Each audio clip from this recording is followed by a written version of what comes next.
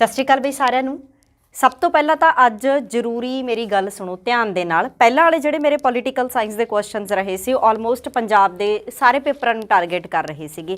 No doubt PPSC नूं भी target कर रहे सी, पर जिहड़ा हुण अगला दौर आउण वाला है वो PPSC का दौर आउण वाला है। जिवें कि सानूं पता है कि 80% वैकेंसीज ने जिहड़ियां वो PPSC डिपार्टमेंट दीयां पेंडिंग रह गईयां। PSSS भी ऑलमोस्ट अपनियां जिहड़ियां पोस्टां दीयां वैकेंसीज ने जां अपने पेपर ने जिहड़े वो कंडक्ट करी जांदा है, पर ज़्यादातर पेपर जिहड़े रहिंदे ने वो PPSC डिपार्टमेंट दे रहिंदे ने। सो आपां अज कुछ इस तरीके दे क्वेश्चन लैके आए हैं जिहड़े कि डायरैक्टली आपां टारगेट करांगे PPSC जिहड़ा बोर्ड वो पेपर लै रहा उन्हां नूं, क्योंकि एक चीज़ दे विच तां श्योर शॉट कह लो कि जिहड़े बच्चे लिंक हैगे ने कंपीटिशन दे नाल उन्हां नूं ये चीज़ क्लीयर होगी कि किते ना किते जिहड़ा PSSS भी है ते जिहड़ा PPSC है उन्हां दी GK दे विच बड़ा फर्क आउंदा हैगा। ये चीज़ जिहड़े बच्चे ऑलरेडी लिंक्ड हैगे ने ऑलरेडी पेपर दे ही जांदे ने उन्हां नूं पता हो, जिहड़े नਵੇਂ ने उन्होंने मैं दस दा कि भाई फर्क हैगा। PSSS भी थोड़ा जा GK सौखे ते किसी होर तरीके दी पाउंदा है, PPSC थोड़ी जी GK कह लो कि लेंथी ते कॉन्सैप्चुअल पाउंदा है। ये चीज़ तुसीं आपां ना इस तो बाद प्रीवियस ईयर पेपर ने जिन्ने भी PPSC दे वो सारे सॉल्व करांगे, सो दैट एक तां तुहानूं आइडिया हो जाए कि किहड़ी चीज़ किवें आ कित्थों आ रही है, ते दूजी चीज़ PPSC रिपीटेशन बहुत ज़्यादा करदा हैगा। जे किते आपां उन्हां दे पेपर रिपीट कर लांगे ना तो तुहानूं कुछ क्वेश्चनस ने जिहड़े वो पैट रिपीट मिल जाणगे, है ना। सो जिहड़ा अपना अज दे क्वेश्चनस होणगे बहुत स्ट्रोंग होणगे पॉलीटिकल साइंस दा। ऑलमोस्ट पॉलिटी थोड़ी की हो जूगी रिवाइज हो जूगी, कुछ इस तरीके दे मैं क्वेश्चनस ने जिहड़े PPSC नूं टारगेट करके लैके आई हाँ। सो आपां बड़ा समा नहीं बर्बाद करदे अपना, आपां शुरू कर देंगे। चलो जी पहले क्वेश्चन तो शुरू करते हैं। मैचअप करना हुंदा है, इहो जिहे क्वेश्चनस बड़े आउणगे तुहानूं पेपर दे विच कि जिहड़ा क्रॉस मैचअप तुसीं करोगे फॉलोइंग नूं मैच करना हैगा। जिवें आपां देखीए ये हैगा कि first vice president of constituent assembly, first जिहड़ा वाइस प्रेजिडेंट सी कॉन्स्टिट्यूएंट असैंबली दा वो सी HC मुखर्जी। ये चीज़ां पूरा एक्सप्लेन करके थोड़े लैक्चर्स जिहड़े पए ने मेरे यूट्यूब दे उपर उन्हां दे विच मैं समझाइयां होईयां ने। जे किसी बच्चे नूं कोई डिटेल्ड नहीं पता हैगा तो उत्थों देख लो, जे कोई बच्चे ऑलरेडी तैयारी दे नाल हैगे ने तो फिर आह वाली चीज़ कवर अप कर लो, पूरी तैयारी हो जूगी। जे आपां गल करिए पहले दा ऑप्शन किहड़ा आ गया fourth, originally the only Congress member of the drafting committee. सब तो पहले इत्थे मैंशनड है ड्राफ्टिंग कमेटी। देखो ध्यान दे नाल साडे देश दे विच जदों असीं अपना संविधान बनाउणा शुरू कीता, साडी कॉन्स्टिट्यूशनल असैंबली ने संविधान बनाउणा शुरू कीता तो उहदे लई एक कमेटी बनाई गई जिहदा नाम की सी ड्राफ्टिंग कमेटी। इहने बड़ा इंपॉर्टेंट रोल प्ले कीता और इहदा असीं जिक्र ज़्यादा पढ़दे हां क्योंकि साडे संविधान दा प्रॉपर ड्राफ्ट बना के किहड़ी कमेटी ने दित्ता, ड्राफ्टिंग कमेटी ने दित्ता है, ते जिहदे प्रधान कौन सी डॉक्टर BR अंबेडकर से। सारी चीज़ सानू पता असीं कर चुके हाँ। जिहड़ी ड्राफ्टिंग कमेटी से टोटल किन्ने मैंबर सीगे, 7 मैंबर सी, ये उहदा हैड सी। तो उही गल पूछी है कि originally the only Congress member of drafting committee, बस थोड़ा जा घुमा के पूछ लिया कि इक्को एक बंदा जिहड़ा कि कांग्रेस मैंबर सी ड्राफ्टिंग कमेटी दा उहदा नाम है जिहड़ा वो आपां दसणा हैगा, तो वो बंदा हैगा जी KM मुंशी। वो बंदा किहड़ा हैगा KM मुंशी। याद रखोगे 7 मैंबरां दे नाम आपां लैक्चर्स दे विच कीते हुए नेगे, ठीक है। अगला पॉइंट है member of constituent assembly representing the Rajasthan princely state. कहते वो बंदा देखो जिहड़ी साडी कॉन्स्टिट्यूशनल असैंबली बनी सो तो अलग अलग स्टेट्स तो कह लो कि जां अलग अलग प्रिंसली स्टेट्स तो टोटल मैंबर सीगे जिहड़े इकट्ठे होए सीगे, ठीक है। सो बेसिकली इन्होंने आपां नूं पुछया है कि वो बंदा दसो जिहड़ा राजस्थान दी प्रिंसली स्टेट तो सीगा। सो वो बंदा सी जी VT कृष्ण मंचारी। किहड़ा बंदा सी VT कृष्ण मंचारी। तो हुण अपने कोल ऑप्शन रह गई D, ये तुहानूं पता ही लग गया होना chairman of union constitution committee कौन सीगा, जवाहर लाल नेहरू। जिवें कि टोटल किन्नियां कमेटीज़ बणियां सी, 22 कमेटीज़ बणियां सी। किहड़ी कमेटी दा किहड़ा हैड है, उहदे विचों कुछ कमेटीज़ ने जिहड़ियां इंपॉर्टेंट ने, तो उहदे चों एक ये भी इंपॉर्टेंट है कि यूनियन कॉन्स्टिट्यूशन कमेटी बनी सी, उहदा हैड बंदा कौन सी, जवाहर लाल नेहरू। सो आपां देखीए पहले दा चौथा, पहले आ देख लो पहले जी पिया पहले दा चौथा ते दूजे दा किहड़ा बनदा अपना तीजा C ते आह, ये करके ऑप्शन किहड़ी आऊगी B। PPSC इहो जी ऑप्शनस बड़ियां पेपर दे विच पाउंदा हैगा। नैक्सट क्वेश्चन है जिहड़ा वो डिस्कस कर देंगे ਕਹਿੰਦੇ who was the chairman of advisory committee on fundamental rights and minority constituted by the constitution ਜਾਂ ਕਨਸਟੀਟਿਊਐਂਟ ਅਸੈਂਬਲੀ। ਹੁਣ ਦੇਖੋ ਕਮੇਟੀਜ਼ ਦੇ ਕੁਐਸਚਨ ਪੁੱਛੇ ਗਏ ਨੇ ਸਾਨੂੰ, ਕਹਿੰਦੇ ਕਿ ਜਿਹੜਾ advisory committee on fundamental rights and minorities ਦੀ ਜਿਹੜੀ ਕਮੇਟੀ ਸੀਗੀ ਉਹਦਾ ਚੇਅਰਮੈਨ ਕੌਣ ਸੀਗਾ। ਪਹਿਲੀ ਗੱਲ ਤਾਂ ਇਹਦੀ ਡਾਇਰੈਕਟ ਆਪਸ਼ਨ ਟਿਕ ਕਰੋ, ਸਰਦਾਰ ਵੱਲਭ ਭਾਈ ਪਟੇਲ। ਸਰਦਾਰ ਵੱਲਭ ਭਾਈ ਪਟੇਲ ਦੇ ਨਾਲ ਸੰਬੰਧਿਤ ਇੱਕ ਪੁਆਇੰਟ ਹੋਰ ਬਹੁਤ ਜ਼ਰੂਰੀ ਯਾਦ ਰੱਖਣਾ ਹੈ, ਸਰਦਾਰ ਵੱਲਭ ਭਾਈ ਪਟੇਲ ਸਾਡੇ ਦੇਸ਼ ਦਾ ਪਹਿਲਾ ਵਾਈਸ ਪੀਐਮ ਵੀ ਸੀਗਾ। ਜਿਹੜਾ ਸਾਡੇ ਦੇਸ਼ ਦਾ ਪਹਿਲਾ ਵਾਈਸ ਪੀਐਮ ਸੀ ਉਹ ਕੌਣ ਸੀ, ਸਰਦਾਰ ਵੱਲਭ ਭਾਈ ਪਟੇਲ। ਤੇ ਪਹਿਲਾ ਪੀਐਮ ਕੌਣ ਹੈ ਸਾਨੂੰ ਸਭ ਨੂੰ ਪਤਾ ਹੈ, ਜਵਾਹਰ ਲਾਲ ਨਹਿਰੂ। ਸੋ ਕੁਐਸਚਨ ਹੈ ਕਿ chairman of advisory committee on fundamental rights and minority ਤਾਂ ਕੌਣ ਆਊਗਾ, ਸਰਦਾਰ ਪਟੇਲ। ਅਸਲ ਦੇ ਵਿੱਚ ਇੱਕ ਹੋਰ ਬਰੀਕੀ ਵਾਲਾ ਪੁਆਇੰਟ ਦੱਸਦੀ ਆ ਕਿ ਜਿਹੜੀ ਸਾਡੀ ਇਹ ਕਮੇਟੀ ਹੈ ਇਹਦੀਆਂ ਅੱਗੇ ਦੋ ਸਬ ਕਮੇਟੀਆਂ ਬਣੀਆਂ ਸੀਗੀਆਂ। ਇੱਕ ਕਮੇਟੀ ਬਣੀ ਸੀ sub committee on fundamental rights ਤੇ ਇੱਕ ਕਮੇਟੀ ਬਣੀ ਸੀ ਸਬ ਕਮੇਟੀ ਔਨ ਮਾਈਨੋਰਿਟੀ। ਕਈ ਵਾਰੀ ਸਾਨੂੰ ਸਬ ਕਮੇਟੀ ਦਾ ਵੀ ਕੁਐਸਚਨ ਪੁੱਛ ਲਿਆ ਜਾਂਦਾ, ਸੋ ਮੈਂ ਡੀਪ ਕਰਕੇ ਦੱਸ ਦਿੰਨੀ ਆ ਕਿ ਜਿਹੜਾ ਸਾਡਾ ਸਬ ਕਮੇਟੀ ਔਨ ਫੰਡਾਮੈਂਟਲ ਰਾਈਟ ਦੇ ਉੱਪਰ ਬਣੀ ਸੀ ਇਹਦਾ ਪ੍ਰਧਾਨ ਕੌਣ ਸੀ, ਜੇ ਬੀ ਕ੍ਰਿਪਲਾਨੀ। ਇਹਦਾ ਪ੍ਰਧਾਨ ਕੌਣ ਸੀ, ਜੇ ਬੀ ਕ੍ਰਿਪਲਾਨੀ। ਤੇ ਜਿਹੜੀ ਸਾਡੀ ਮਾਈਨੋਰਿਟੀ ਵਾਲੀ ਬਣੀ ਹੈ ਇਹਦਾ ਪ੍ਰਧਾਨ ਕੌਣ ਸੀ, ਐਚ ਸੀ ਮੁਖਰਜੀ। ਸੋ ਕਈ ਵਾਰੀ ਬੱਚੇ ਕੀ ਕਰਦੇ ਨੇਗੇ ਕਿ ਇਸੇ ਪੁਆਇੰਟ ਨੂੰ ਕਿ ਇਹ ਵਾਲਾ ਜਾਂ chairman of advisory committee on fundamental rights and minority Patel ਨਾਲ ਆ ਜਾਂਦੇ। ਨਹੀਂ, ਜੇ ਤੁਹਾਨੂੰ ਸਬ ਕਮੇਟੀ ਔਨ ਫੰਡਾਮੈਂਟਲ ਰਾਈਟਸ ਪੁੱਛਿਆ ਤਾਂ ਜੇ ਬੀ ਕ੍ਰਿਪਲਾਨੀ, ਜੇ ਤੁਹਾਨੂੰ ਸਬ ਕਮੇਟੀ ਔਨ ਮਿਨੋਰਿਟੀਜ਼ ਪੁੱਛਿਆ ਤਾਂ ਐਚ ਸੀ ਮੁਖਰਜੀ, ਜੇ ਤੁਹਾਨੂੰ ਇਹਦਾ ਨਾਂ ਪੁੱਛਿਆ ਤਾਂ ਸਰਦਾਰ ਪਟੇਲ। ਸੋ ਬੀ ਆਪਸ਼ਨ ਆ ਗਿਆ। ਨੈਕਸਟ ਕੁਐਸਚਨ ਹੈ, ਕਹਿੰਦੇ ਇਨ ਵਿਚ ਈਅਰ ਵਾਜ਼ ਜਨ ਗਣ ਮਨ adapted as the national anthem of India. ਪਹਿਲੀ ਗੱਲ ਤਾਂ ਸਾਡੇ ਦੋ ਨੇ, ਨੈਸ਼ਨਲ ਐਂਥਮ ਤੇ ਨੈਸ਼ਨਲ ਸੌਂਗ।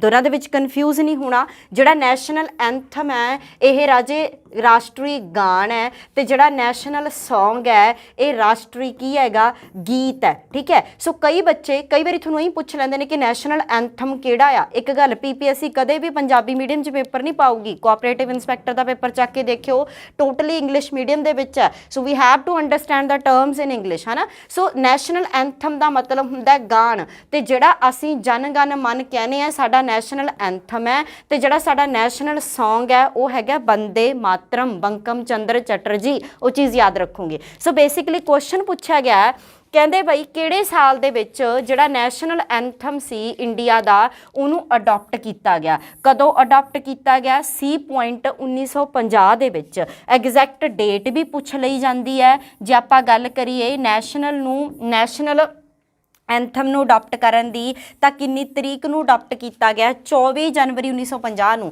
ਤੇ ਕੁਝ ਕੁ ਬਹੁਤ ਇੰਪੋਰਟੈਂਟ ਪੁਆਇੰਟ ਜਿਹੜੇ ਨੈਸ਼ਨਲ ਐਂਥਮ ਦੇ ਨਾਲ ਰਿਲੇਟਡ ਇੰਪੋਰਟੈਂਟ ਹੈਗੇ ਨੇ। ਕਿਹੜੇ ਇਹ ਟੋਟਲ ਕਿੰਨੇ ਸਮੇਂ ਦੇ ਵਿੱਚ ਗਾਇਆ ਜਾਂਦਾ ਹੈਗਾ, 52 ਸੈਕਿੰਡਸ ਦੇ ਵਿੱਚ ਗਾਇਆ ਜਾਂਦਾ ਹੈਗਾ। ਇਹ ਯਾਦ ਰੱਖਣਾ। ਆਪਾਂ ਨੂੰ ਸਾਰਿਆਂ ਨੂੰ ਪਤਾ ਜਨ ਗਣ ਮਨ ਪ੍ਰੋਪਰ ਜਿਹੜਾ ਗਾਇਆ ਜਾਂਦਾ ਹੈ ਉਹ ਕਿੰਨੇ ਟਾਈਮ ਦਾ ਹੁੰਦਾ ਹੈ। ਇਹਦੇ ਨਾਲ ਸਟੈਂਜ਼ਾਸ ਬਣੇ ਹੁੰਦੇ ਨੇ, ਪੈਰਾਗ੍ਰਾਫਸ ਬਣੇ ਹੁੰਦੇ ਨੇ, ਸਟੈਂਜ਼ਾ ਜਿਹਨੂੰ ਕਹਿ ਦਿੰਦੇ ਆ।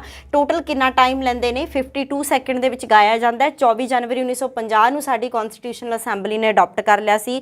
ਤੀਜਾ ਪੁਆਇੰਟ ਹੈ ਕਿ ਇਹਨੂੰ ਕਿਹਨੇ ਰਚਿਆ ਗਿਆ, ਰਵਿੰਦਰਨਾਥ ਟੈਗੋਰ ਨੇ। ਰਵਿੰਦਰਨਾਥ ਟੈਗੋਰ ਨੇ। ਤੇ ਕਿੱਥੋਂ ਇਹਨੂੰ ਆਪਾਂ ਲਿਆ, ਆਨੰਦ ਮੱਠ ਦੇ ਵਿੱਚੋਂ। ਆਪਾਂ ਕਹਿ ਲਓ ਕਿ ਟੈਗੋਰ ਨੇ ਇਹਨੂੰ ਕਾਪੀ ਕੀਤਾ, ਆਨੰਦ ਮੱਠ ਦੇ ਵਿੱਚੋਂ। ਇਹ ਯਾਦ ਰੱਖਣਾ, ਇਹ ਵੀ ਪੇਪਰ 'ਚ ਕੁਐਸਚਨ ਪੁੱਛਿਆ ਜਾਂਦਾ ਹੈ। ਔਰ ਦਾ ਮੋਸਟ ਇੰਪੋਰਟੈਂਟ ਪੁਆਇੰਟ ਕਿ ਪਹਿਲੀ ਵਾਰੀ ਇਹ ਕਿੱਥੇ ਗਾਇਆ ਗਿਆ ਸੀ, ਨੈਸ਼ਨਲ ਐਂਥਮ ਜਨ ਗਣ ਮਨ ਪਹਿਲੀ ਵਾਰੀ ਗਾਇਆ ਗਿਆ ਸੀ 27 ਦਸੰਬਰ 1911 ਨੂੰ ਇੰਡੀਅਨ ਨੈਸ਼ਨਲ ਕਾਂਗਰਸ ਦੇ ਕੋਲਕਾਤਾ ਸੈਸ਼ਨ ਦੇ ਵਿੱਚ। 1911 ਤਰੀਕ ਤੋਂ ਤੁਹਾਨੂੰ ਦਿੱਲੀ ਦਰਬਾਰ ਯਾਦ ਆ ਗਿਆ ਹੋਣਾ। ਸੋ ਬੇਸਿਕਲੀ ਇਹ ਸਾਰੇ ਪੁਆਇੰਟ ਨੇ ਜਿਹੜੇ ਯਾਦ ਰੱਖਣੇ ਨੇ ਕਿ 1911 27 ਦਸੰਬਰ ਨੂੰ ਪਹਿਲੀ ਵਾਰੀ ਗਾਇਆ ਗਿਆ ਭਾਰਤੀ ਰਾਸ਼ਟਰੀ ਕਾਂਗਰਸ ਦੇ ਕਲਕੱਤਾ ਸੈਸ਼ਨ ਦੇ ਵਿੱਚ। ਲੈ ਕੇ ਆਏ ਨੂੰ ਟੈਗੋਰ ਆਨੰਦ ਮੱਠ ਦੇ ਵਿੱਚੋਂ। 24 ਜਨਵਰੀ 1950 ਨੂੰ ਅਡਾਪਟ ਕੀਤਾ, 52 ਸੈਕਿੰਡਸ ਦਾ ਹੁੰਦਾ ਹੈ।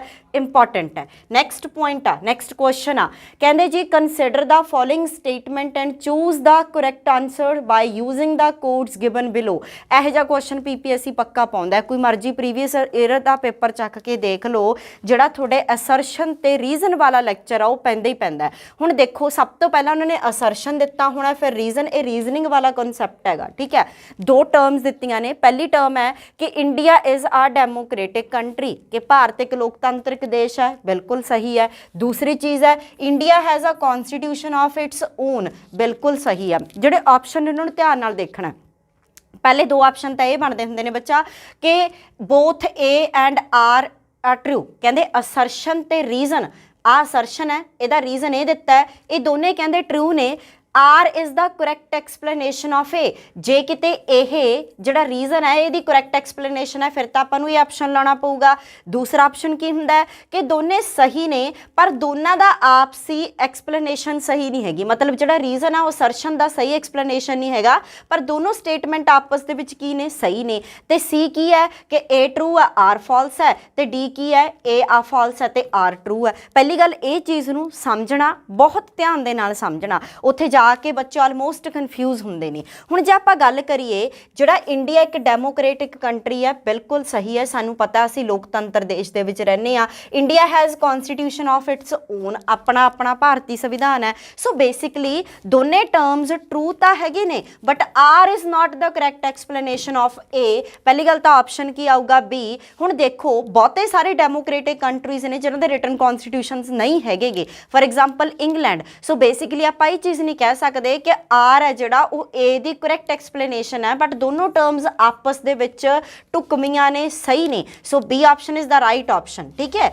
चलो जी नेक्स्ट पॉइंट है the idea of concurrent list in the Indian constitution has been borrowed from. सब तो पहला तो इसदा आंसर ला लो टिक के आस्ट्रेलिया है। हुण ध्यान दे नाल सुनो, साडे देश दे विच जिहड़े साडे स्कैड्यूल्स ने उन्हां दे विच सानू किहड़े स्कैड्यूल दे विच 3 लिस्ट्स दी एक्सप्लेनेशन मिलदी है 7th स्कैड्यूल दे विच। ये चीज़ ध्यान च रखनी है। पूरे दे पूरे जिहड़ियां स्कैड्यूल्स ने उन्हां दा लैक्चर पिया होया यूट्यूब ते 12 दे 12 एक्सप्लेन कीते ने। ओरिजिनल कॉन्स्टिट्यूशन दे विच 8 हुंदे सी, बाद चों असीं 4 ऐड कीते। प्रेजेंट किन्ने स्कैड्यूल्स ने 12 हैगे ने। सो 7th स्कैड्यूल सानू एक्सप्लेन करदा है वो 3 लिस्टां। वो 3 लिस्टां किहड़ियां किहड़ियां ने, एक यूनीअन लिस्ट है, एक दूसरी किहड़ी है स्टेट लिस्ट है, ते तीसरी किहड़ी है कनकरेंट लिस्ट है। ते इत्थे आपां नूं गल किहड़ी लिस्ट दी हो रही है कि असीं कनकरेंट लिस्ट कित्थों बारो कीता, वो आस्ट्रेलिया तो बारो कीता है। इंपॉर्टेंट है कनकरेंट लिस्ट जा इहदा मतलब की हुंदा है। कनकरेंट लिस्ट दे विच जिन्ने भी नंबर ऑफ सबजैक्ट्स ने उन्हां दे उपर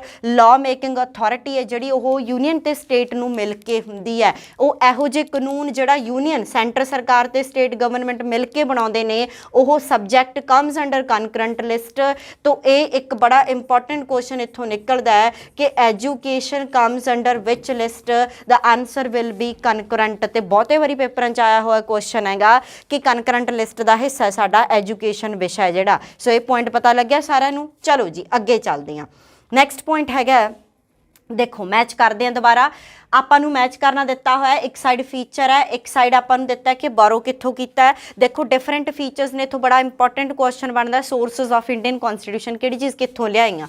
सब तो पहला तो जिहड़े साडे फंडामेंटल राइट्स ने कित्थों कॉपी कीते गए ने, हाँ जी पता होना बच्चों नूं, very easy, United state of America तो। जिहड़े साडे फंडामेंटल राइट्स ने कित्थों कॉपी कीते ने, अमेरिका तो। मैं जल्दी जल्दी दे नाल संबंधित पॉइंट दस दिंदी हाँ। ओरिजिनल कॉन्स्टिट्यूशन दे विच 7 फंडामेंटल राइट सी, प्रेजेंट कॉन्स्टिट्यूशन दे विच एक घटा के किन्ने रह गए 6। किहड़ा कॉन्स्टिट्यूशन दा राइट है जिहड़ा फंडामेंटल राइट असीं रिमूव करता, राइट टू प्रॉपर्टी असीं रिमूव कर चुके हाँ। जिहड़ा असीं घटाया वो किहड़ा सी, राइट टू प्रॉपर्टी। इहनूं हुण असीं एक लीगल राइट बना दिता है, फंडामेंटल राइट नहीं एक लीगल राइट बना दिता है, which comes under article 300A। जे असीं किसी चीज़ नूं अपने संविधान दे विचों कढदे हां, इट मीनस कोई ना कोई अमेंडमेंट होया है। We removed right to property with 42nd amendment 1976। These are the basic points related to fundamental rights. Fundamental rights कित्थों कॉपी हुए ने, अमेरिका तो। ओरिजिनल किन्ने सी 7, प्रेजेंट किन्ने ने 6। किहड़ा रिमूव करता, right to property, amendment 42nd 1976। एक हुण लीगल राइट बन चुक्या है। बहुते बारी पेपर च क्वेश्चन आया, right to property is now a legal right, किहड़े आर्टिकल दे अंडर आउंदा है, 300A। सो पहला क्लीयर। दूसरा हैगा पार्लियामेंटरी सिस्टम, आपां यूनाइटेड किंगडम भाव के थोड़े ਇੰਗਲੈਂਡ ਤੋਂ ਲੈ ਕੇ ਆਏ ਆ। ਇੰਗਲੈਂਡ ਤੋਂ ਅਸੀਂ ਬਹੁਤ ਚੀਜ਼ਾਂ ਲੈ ਕੇ ਆਏ ਆ। ਪਾਰਲੀਮੈਂਟਰੀ ਹੋ ਗਿਆ ਸਾਡਾ ਸਿਸਟਮ। ਹੁਣ ਇੱਕ ਮੈਂ ਬਹੁਤ ਅੱਛਾ ਕਨਸੈਪਟ ਦੱਸੂਗੀ ਤੁਹਾਨੂੰ ਪਾਰਲੀਮੈਂਟ ਦੇ ਨਾਲ ਸੰਬੰਧਿਤ। ਪਹਿਲਾਂ ਸੁਣੋ, ਪਾਰਲੀਮੈਂਟ ਹੋ ਗਿਆ, ਬਜਟ ਹੋ ਗਿਆ, ਰਿਟ ਹੋ ਗਿਆ, ਇਹ ਸਾਰੀਆਂ ਚੀਜ਼ਾਂ ਆਲਮੋਸਟ ਅਸੀਂ ਕਿਹੜੇ ਦੇਸ਼ ਤੋਂ ਕਾਪੀ ਕੀਤੀਆਂ ਨੇ? ਇੰਗਲੈਂਡ ਤੋਂ ਕਾਪੀ ਕੀਤੀਆਂ ਨੇ। ਪਰ ਇੱਕ ਚੀਜ਼ ਦਾ ਧਿਆਨ ਰੱਖਣਾ ਹੈ, ਬੇਸ਼ੱਕ ਅਸੀਂ ਆਪਣਾ ਪਾਰਲੀਮੈਂਟ ਸਿਸਟਮ ਇੰਗਲੈਂਡ ਤੋਂ ਕਾਪੀ ਕੀਤਾ, but there is a basic difference between Indian parliament and the British parliament. वो फर्क की आ कि जिहड़ी साडी भारती पार्लीमेंट हैगी आ ओह सॉवरन नहीं हैगी। ਭਾਰਤੀ ਇੱਥੇ ਲਿਖ ਦਿੰਦੀ ਹਾਂ, ਜਿਹੜੀ ਭਾਰਤੀ ਸੰਸਦ ਹੈਗੀ ਹੈ ਉਹ ਸੋਵਰਨ ਨਹੀਂ ਹੈਗੀ। ਸੋਵਰਨ ਦਾ ਭਾਵ ਹੁੰਦਾ ਹੈ ਉਹ ਪ੍ਰਭੂ ਸੱਤਾ ਸੰਪੰਨ ਨਹੀਂ ਹੈਗੀ। ਪਰ ਜਿਹੜੀ ਇੰਗਲੈਂਡ ਦੀ ਪਾਰਲੀਮੈਂਟ ਆ ਉਹ ਸੋਵਰਨ ਹੈ, ਪ੍ਰਭੂ ਸੱਤਾ ਸੰਪੰਨ ਹੈ। ਜਦੋਂ ਅਸੀਂ ਕਹਿੰਦੇ ਹਾਂ ਕਿ ਸਾਡੀ ਪਾਰਲੀਮੈਂਟ ਪ੍ਰਭੂ ਸੱਤਾ ਸੰਪੰਨ ਨਹੀਂ ਆ, ਉਹਦਾ ਕੀ ਭਾਵ ਆ ਕਿ ਜੋ ਅਸੀਂ ਕਾਨੂੰਨ ਆਪਣੇ ਦੇਸ਼ ਦੀ ਪਾਰਲੀਮੈਂਟ ਦੇ ਵਿੱਚ ਬਣਾ ਲਿਆ ਉਹਨੂੰ ਅਸੀਂ ਚੈਲੰਜ ਕਰ ਸਕਦੇ ਹਾਂ ਕਿੱਥੇ ਜਾ ਕੇ? ਸੁਪਰੀਮ ਕੋਰਟ ਦੇ ਵਿੱਚ। ਜੇ ਕਿਤੇ ਸਾਡੀ ਪਾਰਲੀਮੈਂਟ ਵੀ ਇੰਗਲੈਂਡ ਦੀ ਪਾਰਲੀਮੈਂਟ ਵਾਂਗੂ ਸੋਵਰਨ ਹੁੰਦੀ, ਪ੍ਰਭੂ ਸੱਤਾ ਸੰਪੰਨ ਹੁੰਦੀ, ਤਾਂ ਫਿਰ ਅਸੀਂ ਸੁਪਰੀਮ ਕੋਰਟ 'ਚ ਜਾ ਕੇ ਚੈਲੰਜ ਨਹੀਂ ਕਰ ਸਕਦੇ ਸੀ। So this is the only difference between the British parliament and the Indian parliament. ਕਿ ਕੀ ਹੈ ਕਿ ਸਾਡੀ ਪਾਰਲੀਮੈਂਟ ਪ੍ਰਭੂ ਸੱਤਾ ਸੰਪੰਨ ਨਹੀਂ ਹੈਗੀ, ਪਰ ਬ੍ਰਿਟਿਸ਼ ਪਾਰਲੀਮੈਂਟ ਪ੍ਰਭੂ ਸੱਤਾ ਸੰਪੰਨ ਹੈ। ਉਹ ਅਸੀਂ ਸਿਸਟਮ ਇੱਥੋਂ ਕਾਪੀ ਕਰਕੇ ਲੈ ਕੇ ਆਏ ਹਾਂ। ਅਗਲਾ ਐਮਰਜੈਂਸੀ ਪ੍ਰੋਵੀਜ਼ਨਸ। ਐਮਰਜੈਂਸੀ ਪ੍ਰੋਵੀਜ਼ਨਸ ਅਸੀਂ ਲੈ ਕੇ ਆਏ ਹਾਂ ਭਾਈ ਜਰਮਨੀ ਤੋਂ। ਐਮਰਜੈਂਸੀ ਪ੍ਰੋਵੀਜ਼ਨਸ ਕਿੰਨੇ ਟਾਈਪ ਦੀਆਂ ਐਮਰਜੈਂਸੀ ਲੱਗਦੀਆਂ? 3। National, state, financial. National emergency 352, state emergency 356, financial emergency 360। ਸਾਰੇ ਲੈਕਚਰ ਪਏ ਹੋਏ ਨੇ, ਧਿਆਨ ਨਾਲ ਦੇਖਿਓ। Direct principals of state policy ਅਸੀਂ ਕਿੱਥੋਂ ਲੈ ਕੇ ਆਏ ਹਾਂ? ਆਇਰਲੈਂਡ ਤੋਂ। ਕੈਨੇਡਾ ਆਪਸ਼ਨ ਇਹਨਾਂ ਨੇ ਕਨਫਿਊਜ਼ ਕਰਨ ਦੇ ਮਾਰੇ ਨੇ ਪਾਈ ਹੈ। ਸੋ ਬੇਸਿਕਲੀ ਇਹਦਾ ਆਨਸਰ ਕੀ ਹੋ ਗਿਆ? ਏ ਦਾ ਹੋ ਗਿਆ ਆਪਣਾ 2, ए ਦਾ 2 ਪਹਿਲੇ ਤੋਂ ਚੱਲਦੇ ਆ। बी ਦਾ ਹੋ ਗਿਆ 1, बी ਦਾ ਹੋ ਗਿਆ 1। ਚਲੋ ਜੀ ਆਹੀ ਆਪਸ਼ਨ। बी ਦਾ 4 ਬਣਦਾ। ए ਦਾ 2, B ਦਾ 1, C ਦਾ 4 ਤੇ 3। ਸੋ ਆਪਸ਼ਨ ਕਿਹੜਾ ਆਊਗਾ?